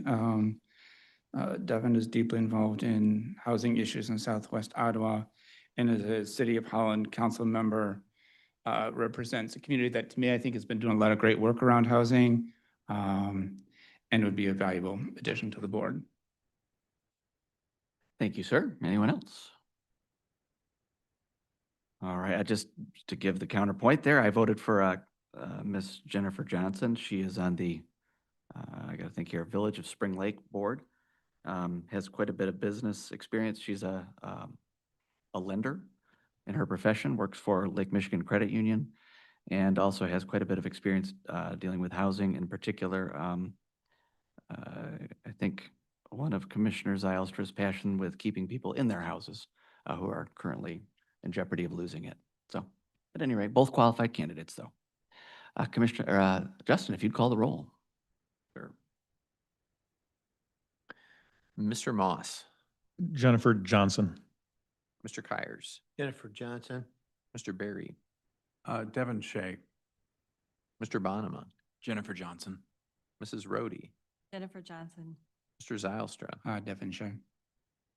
Mrs. Miedema, Jennifer Johnson. Mr. Teeples, Jennifer Johnson. and Mr. Bruger. Jennifer Johnson. And Jennifer Johnson has the requisite number of votes. and is Okay. appointed. All right, thank you, everyone. And again, thank you to both applicants. Item F, Housing Advisory Board, the General Business Community seat. The suggested motion is to accept the nominations of Bill Ellingbo, Christopher Marco, Elisa Hochwater, and Jennifer Scott, and to select one to fill one Housing Advisory Board General Business seat vacancy for a staggered term beginning immediately and ending December 31, 2028. So moved. Motion by Moss, second by Kyers.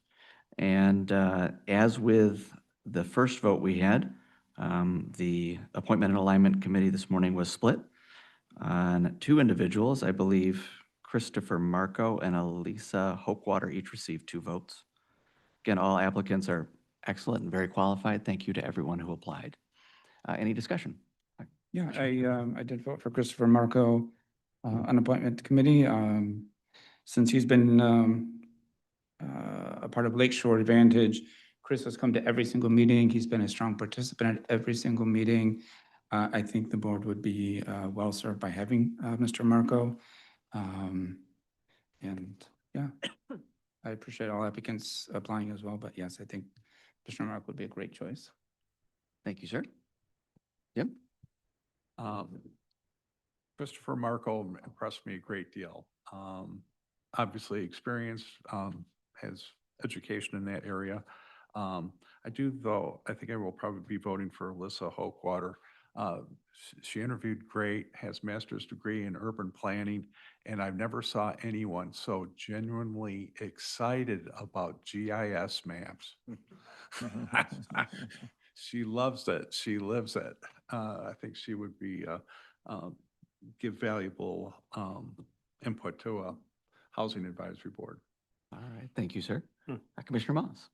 Yeah, I voted for Chris on this one at appointment and alignment, and will again here at the board level. Chris is deeply connected, not just in this space, but also with members in the community, partially because of his role at Lakeshore Advantage. So I kind of see him as an up and comer, and I think he'd be bring good energy to this spot. All right, thank you. I might as well. I supported Alyssa this morning, and for the reasons that Jim mentioned, absolutely, she's a geek about GIS. I don't know if geek is the correct word today. Nerd, I'm not sure. Whatever the complimentary word is, that's what she is. And thank you. Yeah, good rescue there. And when it comes to data and what this board is attempting to collect and sort through, I think she'd be an absolute asset to have on the board. Christopher Marco would also be excellent. The reason I am not voting for Chris at this time is Lakeshore Advantage is one of the organizations that Ottawa County funds. And part of our funding was put in place to bring Christopher Marco here to help the overall county address housing, which could be a reason to put him on the board. I see that, but I believe he's going to be at the meetings anyway. He's going to be contributing because it's a part of his job to do so. And I think he's going to be awesome, a contributor, regardless of whether he's not on the board. So for me, this is an opportunity to bring an additional voice into the picture, a business owner, and that is Miss Elisa. So anybody else? All right, with that, Justin, call the roll. Yes, sir. Mr. Moss, Chris Marco. Mr. Kyers, Lisa Hookwater. Mr. Mr. Barry, Elisa Hochwater. Mr. Bonema, Hookwater. Mrs. Rhodey, Christopher Marco. Mr. Zylstra, Christopher Marco. Mrs. Miedema, Christopher Marco. Mr. Teeples, Christopher Marco. and Mr. Bruger. Elise Hochwater. Elisa. I don't think anybody got enough. And Christopher Marco has received the requisite number of votes. He's appointed. Okay, all right. Congratulations to Mr. Marco. Thank you to all of our applicants. I lost track there, so I'm glad you were keeping track. 4 to 5. All right. Question on that. Do we need to still get 6? Is this a, oh boy, Ron? I think it's just Or just the majority that's here present. for this? Okay. Majority present. Majority present, yes. All right, thank you. We do not need 6. Majority quorum is present, is adequate. Good deal. All right, then. Letter G on the agenda, Housing Advisory Board, Housing Advocacy Community Seat. The suggested motion is to accept the nominations of Aaron Campice, Jennifer Scott, John Field Reichart, Judith Dembowski, Mark Allen, Navaya Duran, Randall Quartering, Rebecca Hopp, and Regina Schoberg, and to select one to fill one Housing Advisory Board Advocacy Community Seat vacancy for a staggered term beginning immediately and ending December 31, 2027. So moved. Motion by Moss and second by Kyers. Any comments on, oh, sorry. In our meeting this morning, Mark Allen did receive a majority of the votes. So he does have a star by his name. Commissioner Zylstra. Sure. So on the appointment, I did vote for Aaron Campice. Aaron represents very, very well an organization that has a deep presence, good Sam, in the community around housing and making sure that housing opportunities are available for all. She's likewise been a strong presence on the Housing Commission the last year or two. So since she came on at Goodwill, Good Sam, I think that she has been at every single meeting. She has contributed every single meeting. And I think that the board will be well served by her appointment. All right, thank you, sir. Anybody else? Commissioner Moss? Yeah, just commentary from this morning. So first, quickly agree with Commissioner Zalstra. I did think that Aaron was a great candidate. I also thought that Regina was a good one as well. I voted for Mark Allen and think that'll be a good choice. Thank you, Commissioner Moss. This morning as well, I voted for Mark Allen in part because of his, profession, but also because he and his family reside in Allendale, and I was looking for a little representation from the east side of the county, as aforementioned. Anybody else? Oh, So I'll be voting for Field Reichart. Field has a broad-based experience in the state of Michigan and actually throughout the world on community issues. He's passionate about this housing committee, this committee. He's done so much for Ottawa County. I think his vision is big and broad, and he's very much in tune with this issue. So he's got my vote today. all right. With that, let's take the roll call. Yes, sir. Mr. Moss, Mark Allen. Mr. Kyers, Mark Allen. Mr. Barry, Mark Allen. Mr. Bonema, Mark Allen. Mrs. Rhodey, Mark Allen. Mr. Zylstra, Aaron Campies. Mrs. Miedema, Mark Allen. Mr. Teeples, John Field Reichart. and Mr. Bruker. Mark Allen. Mr. Allen has requisite number of votes and is appointed. All right, congratulations to Mr. Allen, and thank you all to all the applicants. Moving on to item H, Housing Advisory Board Nonprofit Developer Seat. The suggested motion is to accept the nominations of Dave Rosman and Steve Gross, and to select one to fill one Housing Advisory Board Nonprofit Developer Seat vacancy, say that 5 times fast, for a staggered term beginning immediately and ending December 31, 2027. So moved. Support. Motion by Moss and second by Kyers. Any discussion? Did you want to discuss what we did in appointment on these two? Oh, yeah. Sorry. Yes, thank you. During appointment and alignment committee this morning, Mr. Gross received a majority of the votes, so he would have a star by his name. Yes, go for it. Not to go over everything we did about 20 minutes ago, but, I do hope that we can bring on both of these folks in the near future, but I'll be following the recommendation of the appointment committee and voting for Steve Gross. All right. Thank you. Commissioner Moss? Yep, just summary from this morning. Agree again with a lot of the discussion. We have two great candidates here. And if the recommendation of the committee, Steve will do a great job. I voted for Dave in alignment, and I'm going to vote for him again, but both candidates are excellent. All right. Thank you, sir. Anyone else? Okay, if you'd call the roll, Justin. Yes, sir. Mr. Moss, Dave Rosman. Mr. Kyers, Steve Gross. Mr. Barry, Steve Gross. Mr. Bonema, Steve Gross. Mrs. Rhodey, Dave Rosman. Mr. Zylstra, Steve Gross. Mrs. Miedema, Dave Rosman. Mr. Teeples, Steve Gross. and Mr. Bruger. Steve Gross. And Mr. Gross has requisite number of votes and is appointed. Thank you. Congratulations to Mr. Gross, and thank you to both applicants. Item I, Housing Advisory Board Township Representative Seat.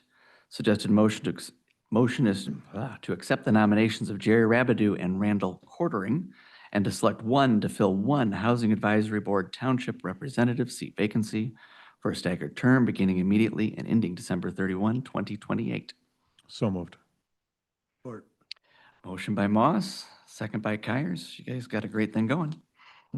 Any comments on this one? How did the committee come out? Oh, sorry. Thank you. The committee, the majority of the committee voted for Mr. Rabideau. All right, and Commissioner Moss. Sure. I was just going to reiterate that, and I believe Jerry will be a good addition to this board.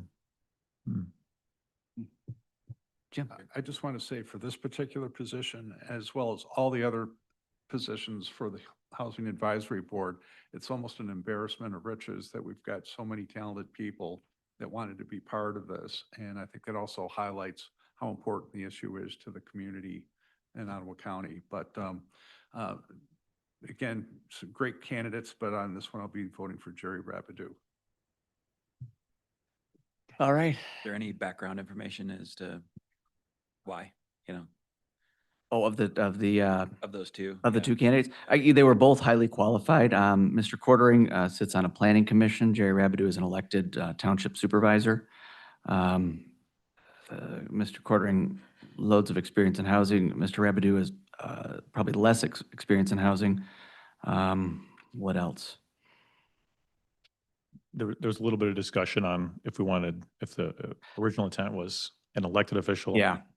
Versus an appointed. Thank you. That's right. Yep. And Mr. Rabideau is an elected official, so we thought, well, some of us thought that probably met the bar a little bit more. There was one other thing, Doug, I was thinking about. Oh, and Mr. Quartering, I think, currently sits on 2 boards with the county. That was another thing that weighed in for me. Commissioner Zylstra? No, I appreciate that. I did vote for Randy on appointment. I did appreciate a lot of things that Jerry said, but, we did just pick up Jennifer Johnson for Village of Spring Lake. So Randy's experience in the Southwest Ottawa, I think will really help out, so. Commissioner Miedema? So I think they're both 2 qualified candidates. I have had an opportunity to serve with Randy on the Comprehensive Economic Development Strategy Committee. I also know that he very much, from my knowledge, attends many of the housing advisory committees, has been pretty invested in. I'm going to be voting for Randy today. Anyone else? All right. With that, you'd call the roll. Yes, sir. Mr. Moss, Jerry Rabideau. Mr. Kyers, Jerry Rabideau. You want to try that one again? Nope, Jerry. Go. Well done. Yabba dabba do. There we go. You got that, Justin? French isn't your first language. Yeah, I think so. Mr. Barry, Jerry Rabideau. Mr. Bonema, Jerry Rabideau. Mrs. Rhodey, Randall Quartering. Mr. Zylstra, Randy Quartering. Mrs. Miedema, Randy Quartering. Mr. Teeples,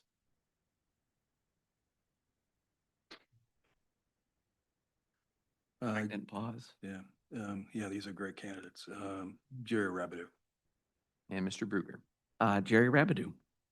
Mr. Rabideau has the requisite number of votes and is appointed. All right. Congratulations, Mr. Rabideau. Thank you to both candidates for applying. Item J, Community Corrections Advisory Board Defense Attorney Seat. Suggested motion is to accept the nominations of Brandon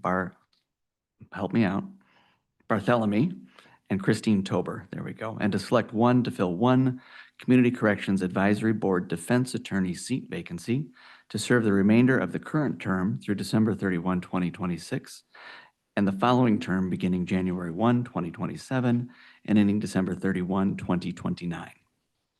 So moved. Support. Moss and Kyer show again. Thank you, gentlemen. Any discussion? What does the committee do? Oh, sorry. Thank you. The committee majority went to Christine Tober, I believe. So she would have the star next to her name.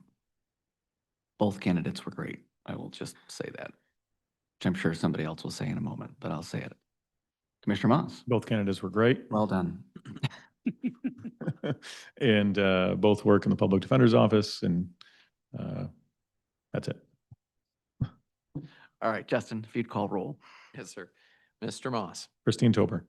Mr. Kyers, Christine Tober. Mr. Barry, Christine Tober. Mr. Bonema, Christine Tober. Mrs. Rhodey, Christine Tober. Zylstra, Brandon Barthélemy. Mrs. Miedema, Christine Tober. Mr. Teeples, Christine Tober. and Mr. Bruger. Christine Tober. Ms. Tober has the requisite number of votes and is appointed. All right, congratulations to Ms. Tober, and thank you to both applicants. Moving on to item K, which is originally the item F, the allocation of unassigned general fund balance. The suggested motion is to approve the recommendation to transfer $12,500,000 to the capital, did I do that right? $12,500,000 to the capital improvement and fund, and to commit $800,000 for use in the strategic planning fund, subject to board approval. So moved. Motion by Moss, Support. Port, we're gonna give that one to Bonema, sorry. Hey, you got on the board. Got on the board. Excellent. Second by Bonema. And I can't remember who removed this one. Was it Allison? It's me. It was Doug. Doug, or Joe, you made the motion. Would you like to lead out or do you want to defer to? I'll defer to Doug. I will support this motion. Doug? Sure. So we talked a little bit about this on finance. The current proposal would place 800,000 in strategic planning fund, which I really appreciate. I think that that's a really great idea, Patrick. But all 800,000 is already kind of earmarked for something else, facilities, report and space needs. Those studies, I think, support our strategic plan. And, hopefully we would get good RFPs back.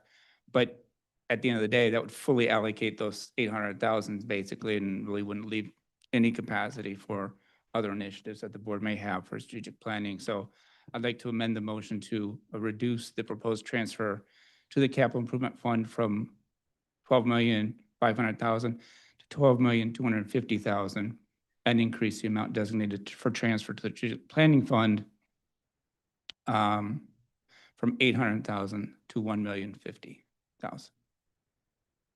Okay. Did you get that, Justin? Almost. Go one more time, Doug. I think you, I got that's the number. very nicely worded. Thank you. You want me to reread it or, basically shifting Use the capital 250,000 from capital improvement fund to strategic planning fund. Yeah. We got it. If you'd read that back and then we'll look for a second on that one. Me too, or you want? Oh, yeah, either one, Justin. Might as well if you see if you've got it. Yeah, We can quiz reduce you. My test for the day. The motion to reduce the capital improvement fund from 12.5 to 12,250,000. And then adding that 250,000 to the 800,000 committed to the strategic planning fund for a total of 1,050,000. Yep. All right. You got it. There's a motion. Is there a second? I'll second it for discussion. All right, seconded by Commissioner Minema. And I think you already spoke on it, but would you like to speak again on it or you? I think it's straightforward. Like I said, I really appreciate the strategic planning fund that gives resources for us to implement our strategic plan. But having said that, there is no additional resources beside what is earmarked. And I think that, if we're really going to be serious about implementing our plan, and I think Patrick is serious, and that's why he set this up, then I think the board needs to have some resources to help carry it out as well, so. All right. Anybody else? I A practical question. I guess I'd like to hear from Patrick or Karen on any logistics of that. I guess that by doing so, is there any queries about it? Do you have any concerns? I do. I think, as I've discussed before, and I appreciate Commissioner's desire to fund that at a higher level, but the 12.5 for CIP, which is what was just approved today, those are dollars that are assigned to projects. So every dollar in there has a name. It's going to this. That's not to say that we might do better in terms of coming under our estimates for those projects. And with that, I would offer maybe there's an opportunity to track that mid-year as we're working through projects to see if there's surplus that could be transferred over. The 800,000 for the strategic plan are the same thing. We have designated projects that are aligned with the timing of the first year of implementation of strategic plan. So these are the things that we want to get done in the first year on the plan. What does that cost? We've estimated that at 800,000. So there's rhyme to the reason on the numbers. Sure. If I can ask a question real quick. So what you're saying is that by approving the capital improvement plan, we've also approved 2.5 million? Because, they're obviously separate votes.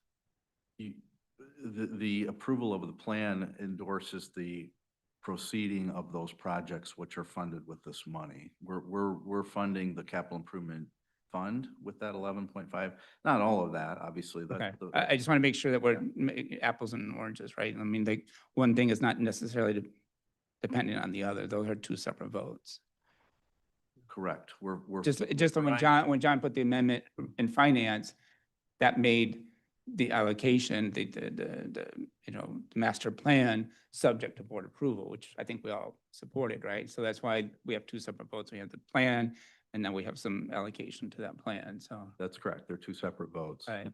Okay, I just want to make sure that, you know, that just by approving the capital improvement plan, we're not saying, oh, we've also done to 12.5. We're now, this is a vote to fund it. Okay. All right, thank you. Commissioner Miedema, are you all set? Yeah, I guess I would just bring up, sometimes there's other funding mechanisms such as the Monsanto funds, that's money sitting there. That if there were ever something that we wanted to look at further within this calendar year, fiscal year, we could always have another conversation at a later date and time. So it's just, I'm just saying unless there's stipulations I'm not aware of, here's Karen coming up, but I don't think there's any stipulations on Monsanto funds. I wasn't going to speak to the Monsanto funds, but I was going to add that while the 12.5 isn't appropriated, you know, the plan, the transfer was intentional. It was over the full 5 years. And so it is part of the full plan, if you will. And so we do look out over the full timeline. And so when we put out projects, the rating agencies do say, well, do you have a plan? Do you know how you're going to fund it? Are you going to issue debt? How are you going to fund these projects? Right. So that those are $50,000 over, No, you know, it would- $12.5 million. So I think the rating And if- agencies are going to say this 2% is determinative, right? And if there are future things that you would like to do for strategic planning, I mean, as those things happen or come up, we can address those as things arise. Right, I Because guess. I think- things come up all Sure, I the guess the time. intention of the 250,000 is just to make sure the board has the tools at the ready, right?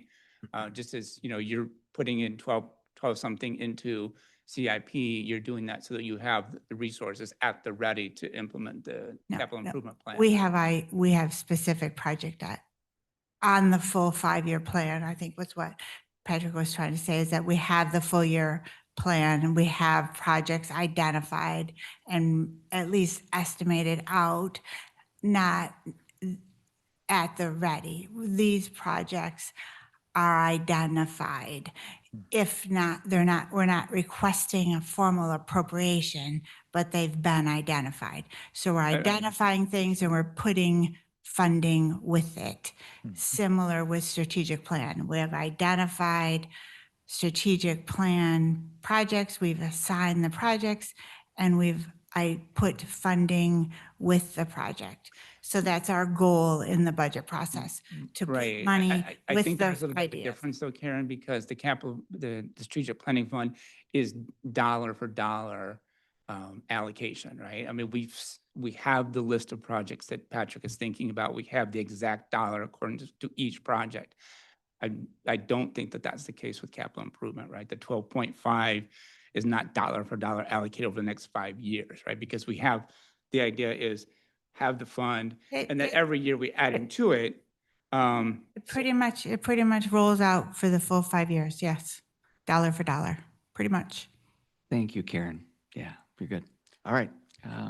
Commissioner Miedema. Brody, that's your name. Yes. I'm going to get you that coffee. Yeah, I need that coffee.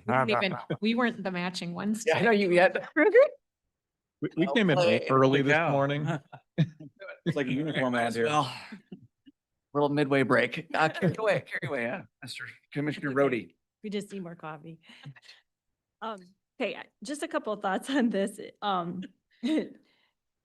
I would personally rather have specific items for strategic planning come before us at that time and then find ways to fund them if a specific need comes up, rather than just allocating a lump of money towards something that we don't even totally know what it would be used for at this point. So not that we couldn't approve those things if they came up, but we wanted to do something, then we could take a look at it at that time. Funding can come from the contingency fund.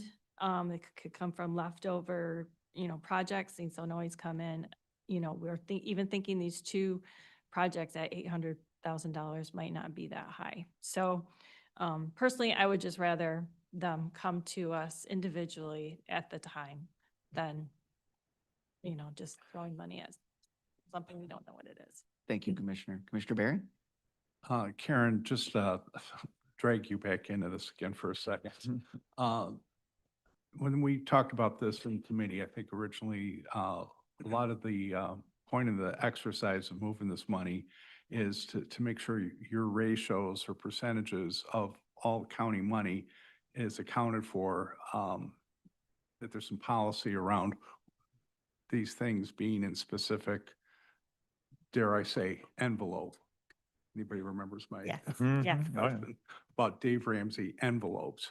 So you're just setting this up, that's not actually appropriated at this point, but you're just putting it where it's eventually supposed to go. Correct. That was, yes, your envelopes. I liked your envelopes. Putting it in the envelopes and then the planning to level out that 5 million for the capital infrastructure investment in future years. Okay. So I think that the board still has plenty of flexibility if opportune things would come up that would fit the strategic plan. But this way though, we're just doing a bigger overlay of what we expect future spending to be. I think, is that fair? That's fair. All right, I'll throw out, I'm great with the plan as presented. Anybody else? Okay, might as well do roll call vote on this one. Sounds good. It's on the amendment, right? Yeah, this is on the amendment. Yep. Roll call vote on the amendment. Can you read that amendment? It was It's Justin, you want to read it one more time? yes, please. So it's an amendment to reduce the capital improvement dollar figure from 12.5 million to 12,250,000 and move 250,000 to the strategic planning fund for a balance of 1,050,000. Thank you. Take it away, Justin. Roll call. Mr. Moss, No. Mr. Zylstra, Yes. Mr. Kyers. No. Mrs. Rhodey, No. Mrs. Medema, No. Mr. Teeples. No. Mr. Bonema, No. Mr. Barry, No. and Mr. Bruger. No. And the motion fails. All right. Any other discussion about the main motion?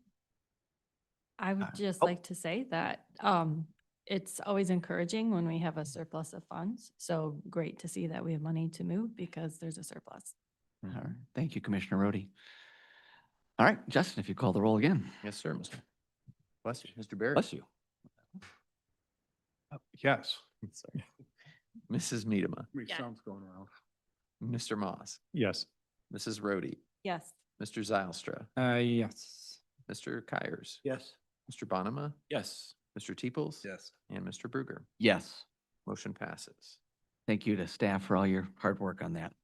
The next item, which will be item L, was item I from the Planning and Policy Committee. It is the Hager Park Summer Camp. Suggested motion is to approve the out of school time grant for Hager Park Summer Camp in the amount of $19,200 and the budget adjustments to increase the revenue by the same amount. So moved. Support. Oh, Kyers and Bonema. Sorry, Joe.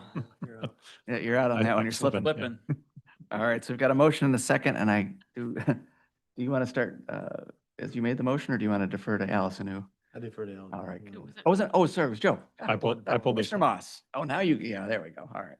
See how I planned that? Yeah. I did, you did well. Just a quick question. So I saw the emails that kind of went back and forth just yesterday or whatever. I guess I'm just curious, there's always lots of state reporting, right? So I'm thankful for the question that was raised. Has the reporting already been sent to the state? Do we know? I don't know. Jason can answer that.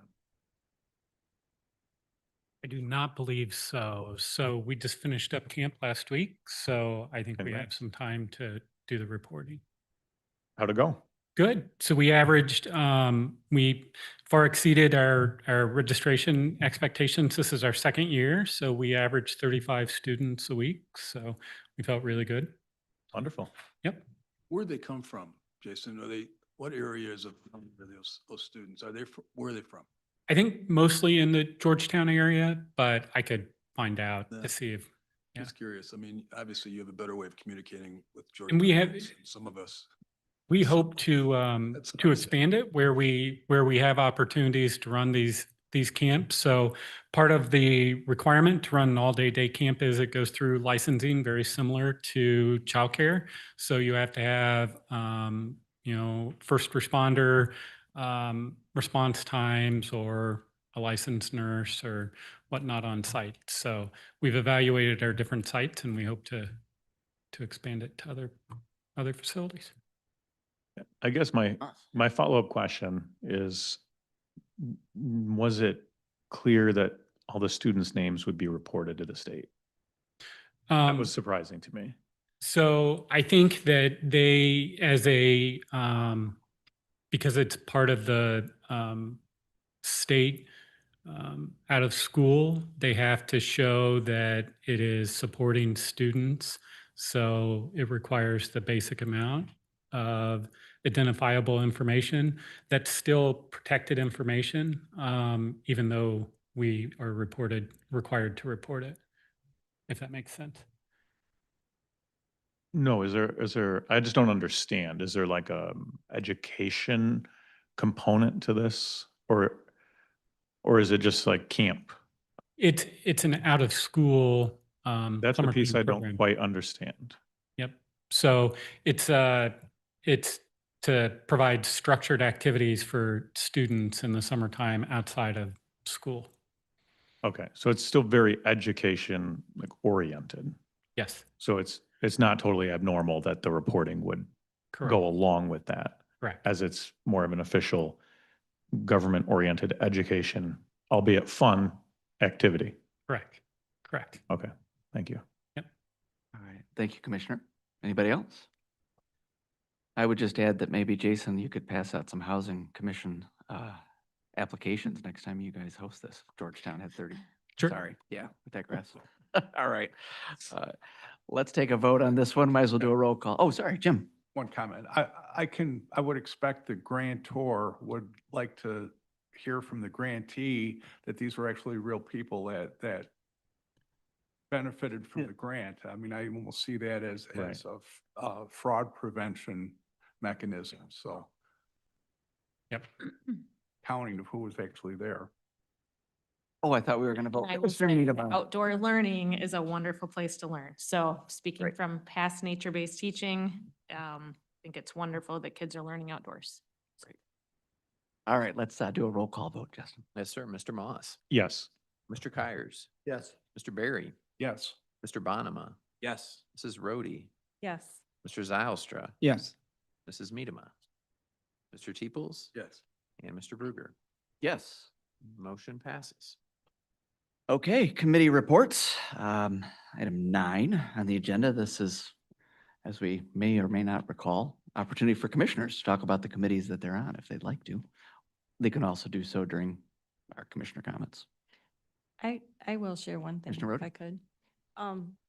So Dr. Bashir has alluded to it a little bit, but we had a really good conversation this week about the mission of CMH and just noting that the descriptors in the mission statement really aren't reflective of all children who have autism or individuals who have autism.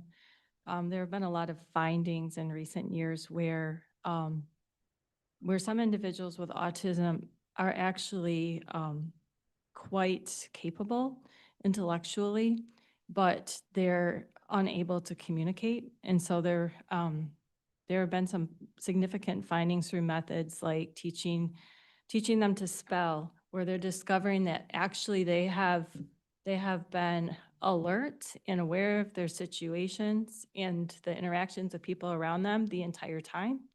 And they were treated like as if they were in an infant stage, when actually intellectually, some of them have now gone on and graduated from college and things like that. And so it's actually been a barrier of communication rather than other things that have been assumed. So just recognizing that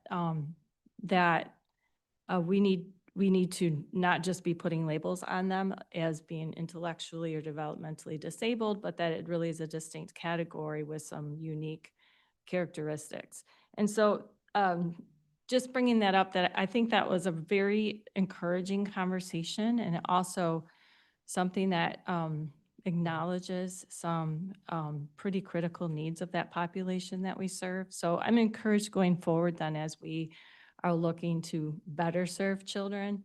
And then one other thing was, during that conversation, one of our board members said, actually, we were meeting off campus. Actually, there's a ABA center close by, and she said the center often, will go for walks with the children that it serves, and she just said, I'm so so aware of the growing number, because these classrooms of children will walk by our building.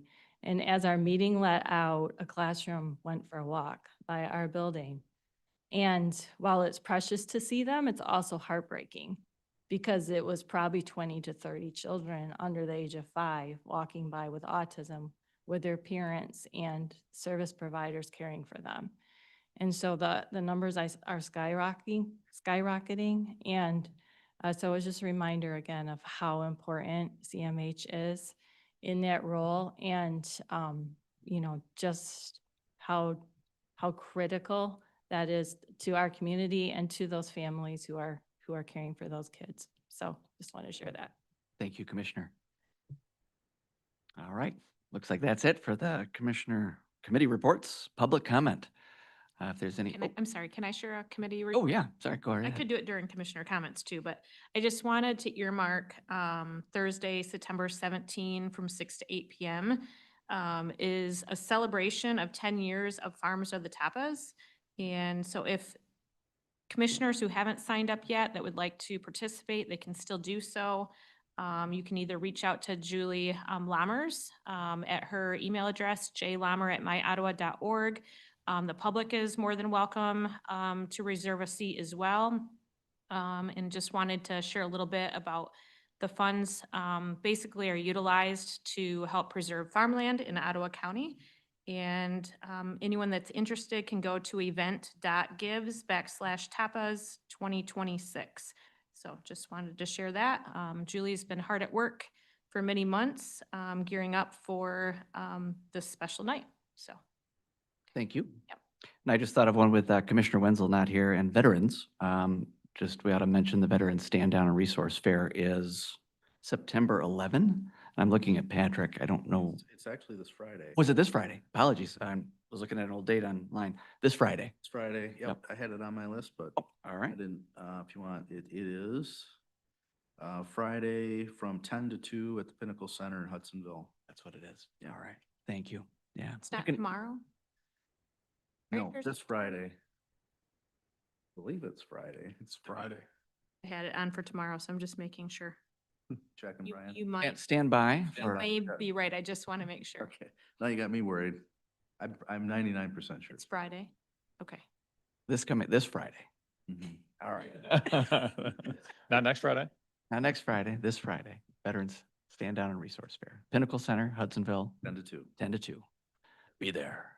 I've confirmed Friday, Great. August 28th, 10 a.m. to 2 p.m. at the Pinnacle Center. All right. You won that thumb war. Good job. Could you do that in a WWF wrestling? Friday.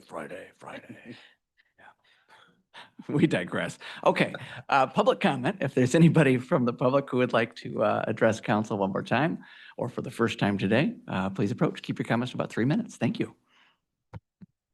Good morning, Commissioners. Becky Patrick, Allendale. I wanted to take this opportunity to give a little feedback on your discussion about the composition of the Housing Advisory Board and some changes that you might make.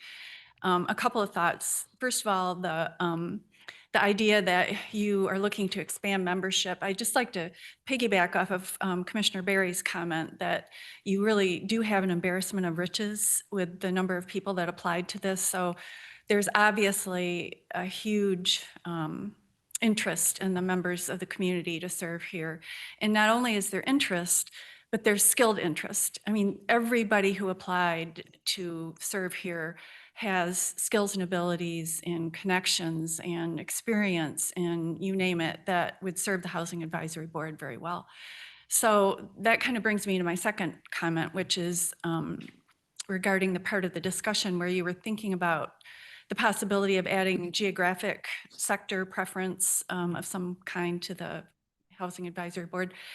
I would encourage you not to do that. And I know that sounds like a weird thing to say because, you know, my area wasn't necessarily represented. But I think the most important thing here is something that I think you all support, which is to get the skills and abilities you need first and foremost. And if you have folks that bring those skills and abilities, they should absolutely get preference no matter where they live, whether or not they even live in Ottawa County. So I think that's your first consideration. And I guess I would offer the groundwater board as an example of that. You know, you've got a groundwater board that functions and is set up very similarly to this. It's an advisory board. It has more members than your housing advisory board, but it also has the people on it who know something about our current groundwater problem. There's no, as far as I can tell, attempt to have some kind of geographic representation on that board. It's the people who are embedded in our groundwater issues. So I would just offer that as a model for you and really encourage you to keep the focus on skills and abilities, especially on that board, because you provide the geographic interest, the geographic representation. They're only advisory. You're the ones making the decisions, and you've got that geographic representation right here. So thank you. Thank you, Becky. Anyone else? All right. Oh, anybody online? You leaned in, Brian. We have one online, but no hand is raised. All right. So we will continue on then. Move on here. I think report from County Administrator. Right, good meeting, everyone. First, want to thank the board for your approval of the 5-year capital improvement plan today. That will set a clear roadmap for staff in addressing our long-term and short-term capital needs. As we now turn our attention to the approval of the budget itself, I wanted to acknowledge the good work of our communications team who recently created and released a short video highlighting the budget and inviting people to participate in today's hearing. As humbling as that was for Brian and I to do that, I think it supports this board's goal of building trust and transparency through communication, and we'll continue to work on those types of things. The 2026 Employee Engagement Survey was recently distributed to all county employees, and their responses are due today. Thus far, we're expecting to see a response rate of between 50 and 60% on that, which is in line with the results of our 2024 survey. And those results are expected to be shared with everyone on October. And as a reminder, the results of the 2026 Citizen Survey, the external survey, are going to be released and presented to you next month.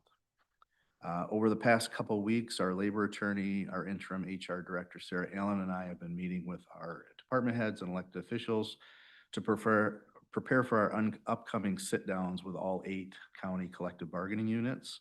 The collective bargaining process is expected to begin next month and hopefully be wrapped up by the end of the year before coming to the board for discussion about the terms of those agreements in what we would probably anticipate to be a closed session meeting. We are expecting to receive the final printed copies of the new strategic plan document this week, and we'll begin distributing them to you immediately as well as the community. Related to that, DSI has been working on creating 2 informative documents about the upcoming Vision Summit on October 20th and the subsequent invitation to all 24 units of government to join the 24 Vision Task Force. I wanted to bring that up earlier too when you were talking about geographic representation, because just as a reminder, that task force will be an invitation to all 24 units to participate in kind of that liaison ambassador role between the board appointed committees and boards, i.e. the Housing Commission, and their respective local units. So whether or not you have geographic representation on the Housing Advisory Board, for example, our hope is that you'll have representation from all 24 units that can communicate that work back to their governing bodies. So wanted to remind you of that. We talked about the stand down event. I also, related to that, work continues on the build out of their office downtown here or downstairs here at the Fillmore complex. Our hope, David is still behind me, still Veterans Day is our hope to have move in by.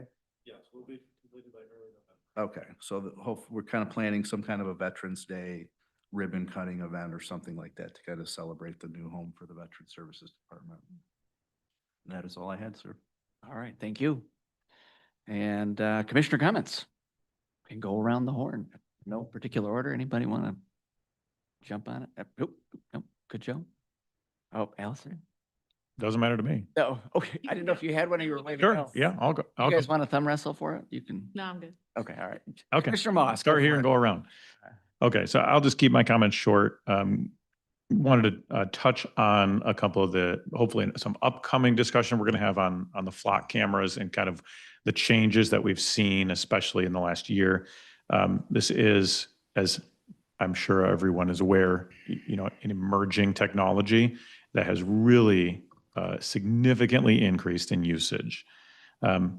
It's been interesting. Probably the number one issue I've had conversations with constituents in the last 30 to 60 days is the usage and implementation and protections around these specific cameras. Like was mentioned, license plate readers have been used for years.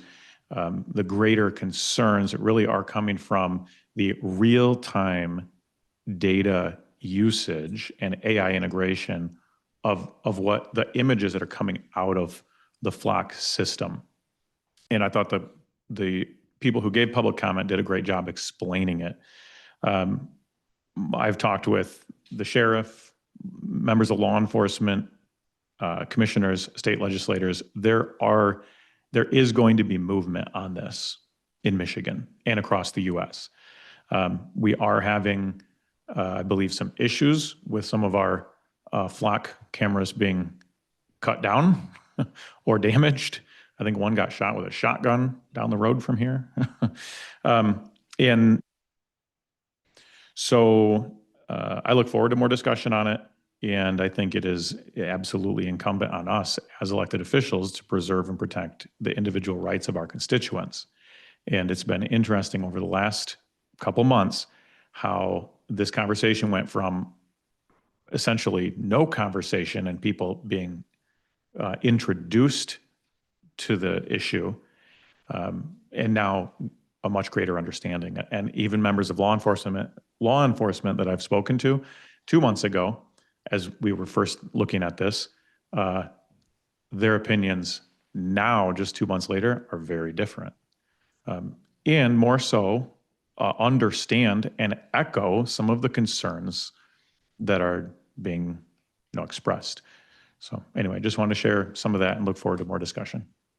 Thank you, Commissioner. Commissioner Miedema?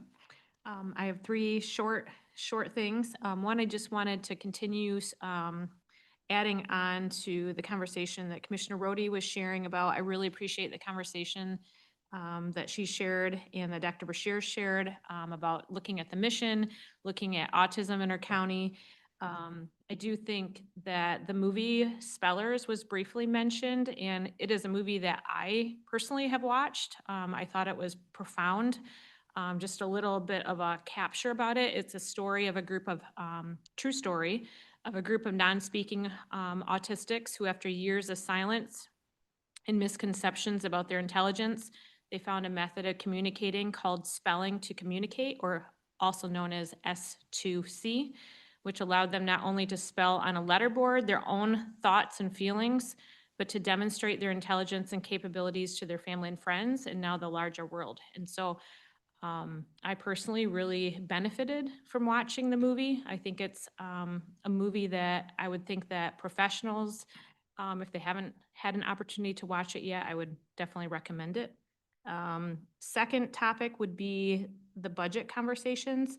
I do think that due to having a morning public hearing, we have heard a little bit of emails stating that some people felt like maybe they didn't have an opportunity to come in during their workday. And I guess I would just encourage members who feel like they haven't had an opportunity yet to please reach out either by phone to your fellow commissioner, by email, because the budget itself has not been approved yet. And so we are still seeking input still having those conversations, and we do want to hear from you. And then the third one I had on there was also about flock. I would say it hasn't been my highest item that's come to the top with constituents, but has definitely risen to the surface. I think energy is still my top one as it relates with chatting with constituents, but this one has definitely gone up there. And I think, like Commissioner Moss, I have also chatted with different people in law enforcement over the last few months, and it does appear that as they've kind of dug in a little bit deeper, some of them, their own minds have also changed on understanding the rights of individuals versus a tool in the toolbox that they've been able to use. And so I think that is a conversation that we should be having as a board.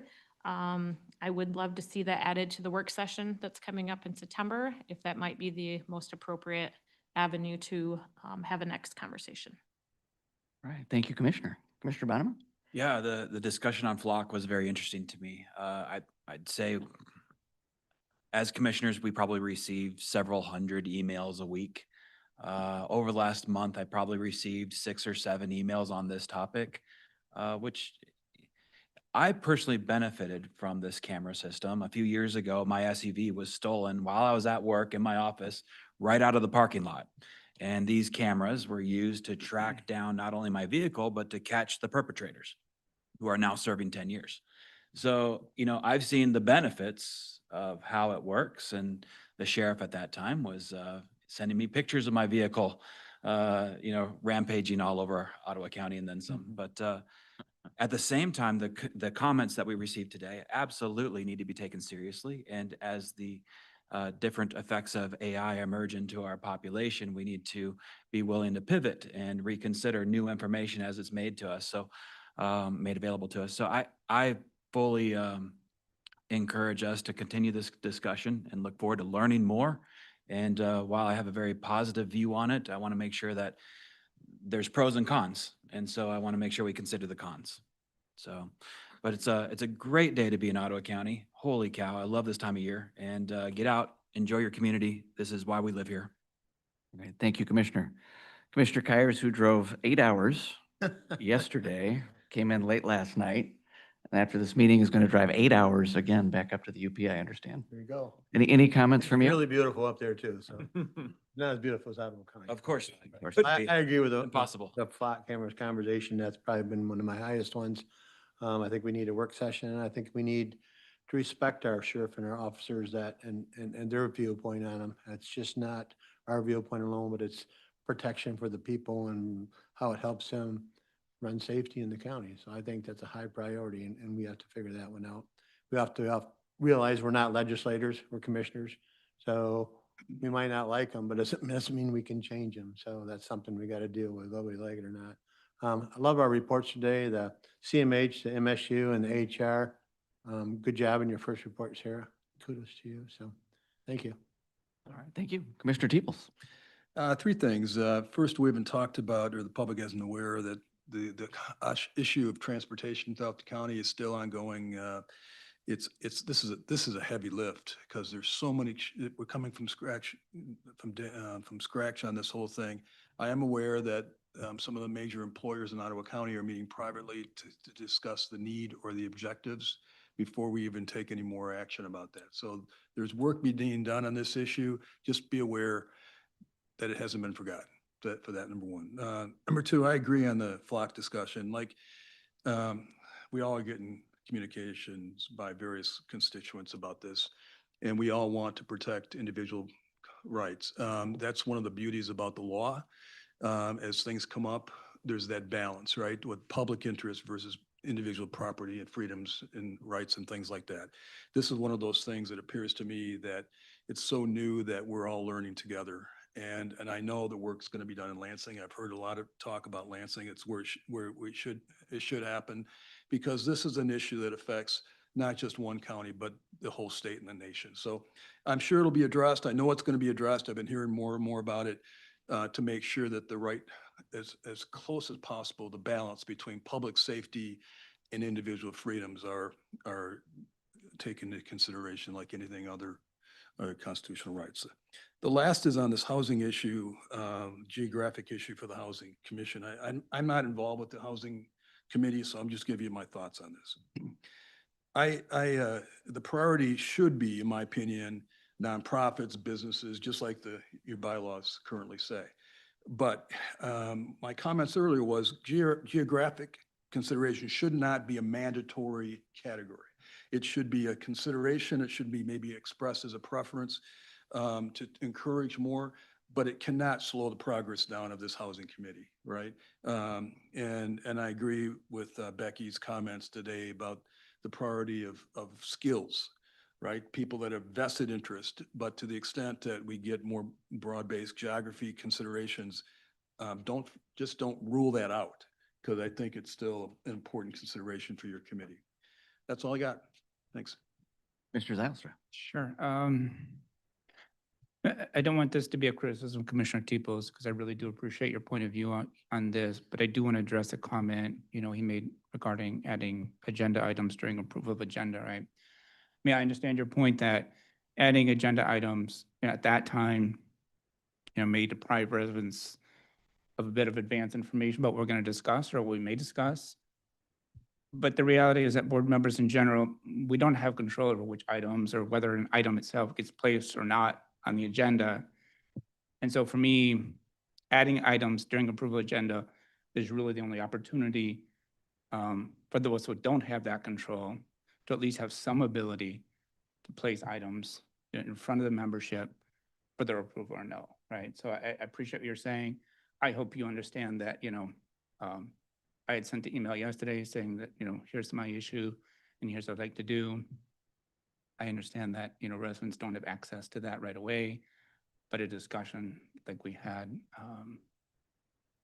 does let the membership, work its will on an item. So I see what you're saying about adding agenda items during approval agenda, but again, in many, many cases, that really is the only opportunity for many members to get stuff in front of all of us. So I hope you see that as well. Commissioner Berry. Just a couple quick comments. Great meeting this morning. We covered a lot of ground, had some very good discussions. I appreciate it.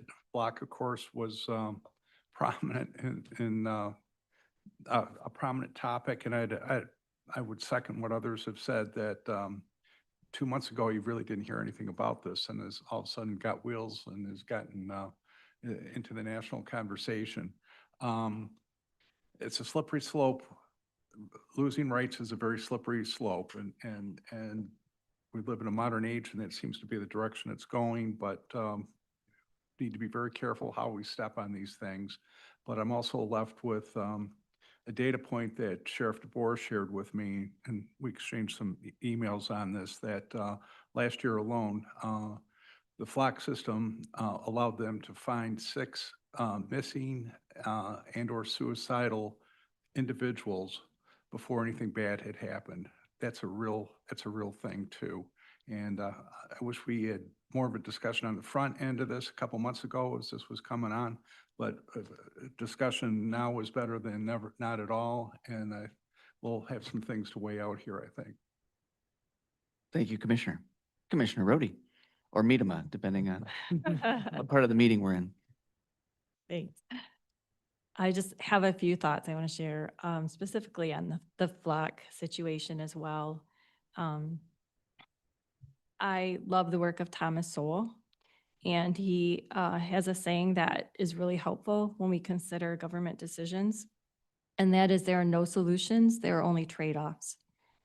So flock cameras were first introduced for use on a very small level several years ago to help with large events like Tulip Time and Coast Guard Festival, as well as to address specific crime trends near GVSU at that time, which included sexual assaults, drug and gun trafficking.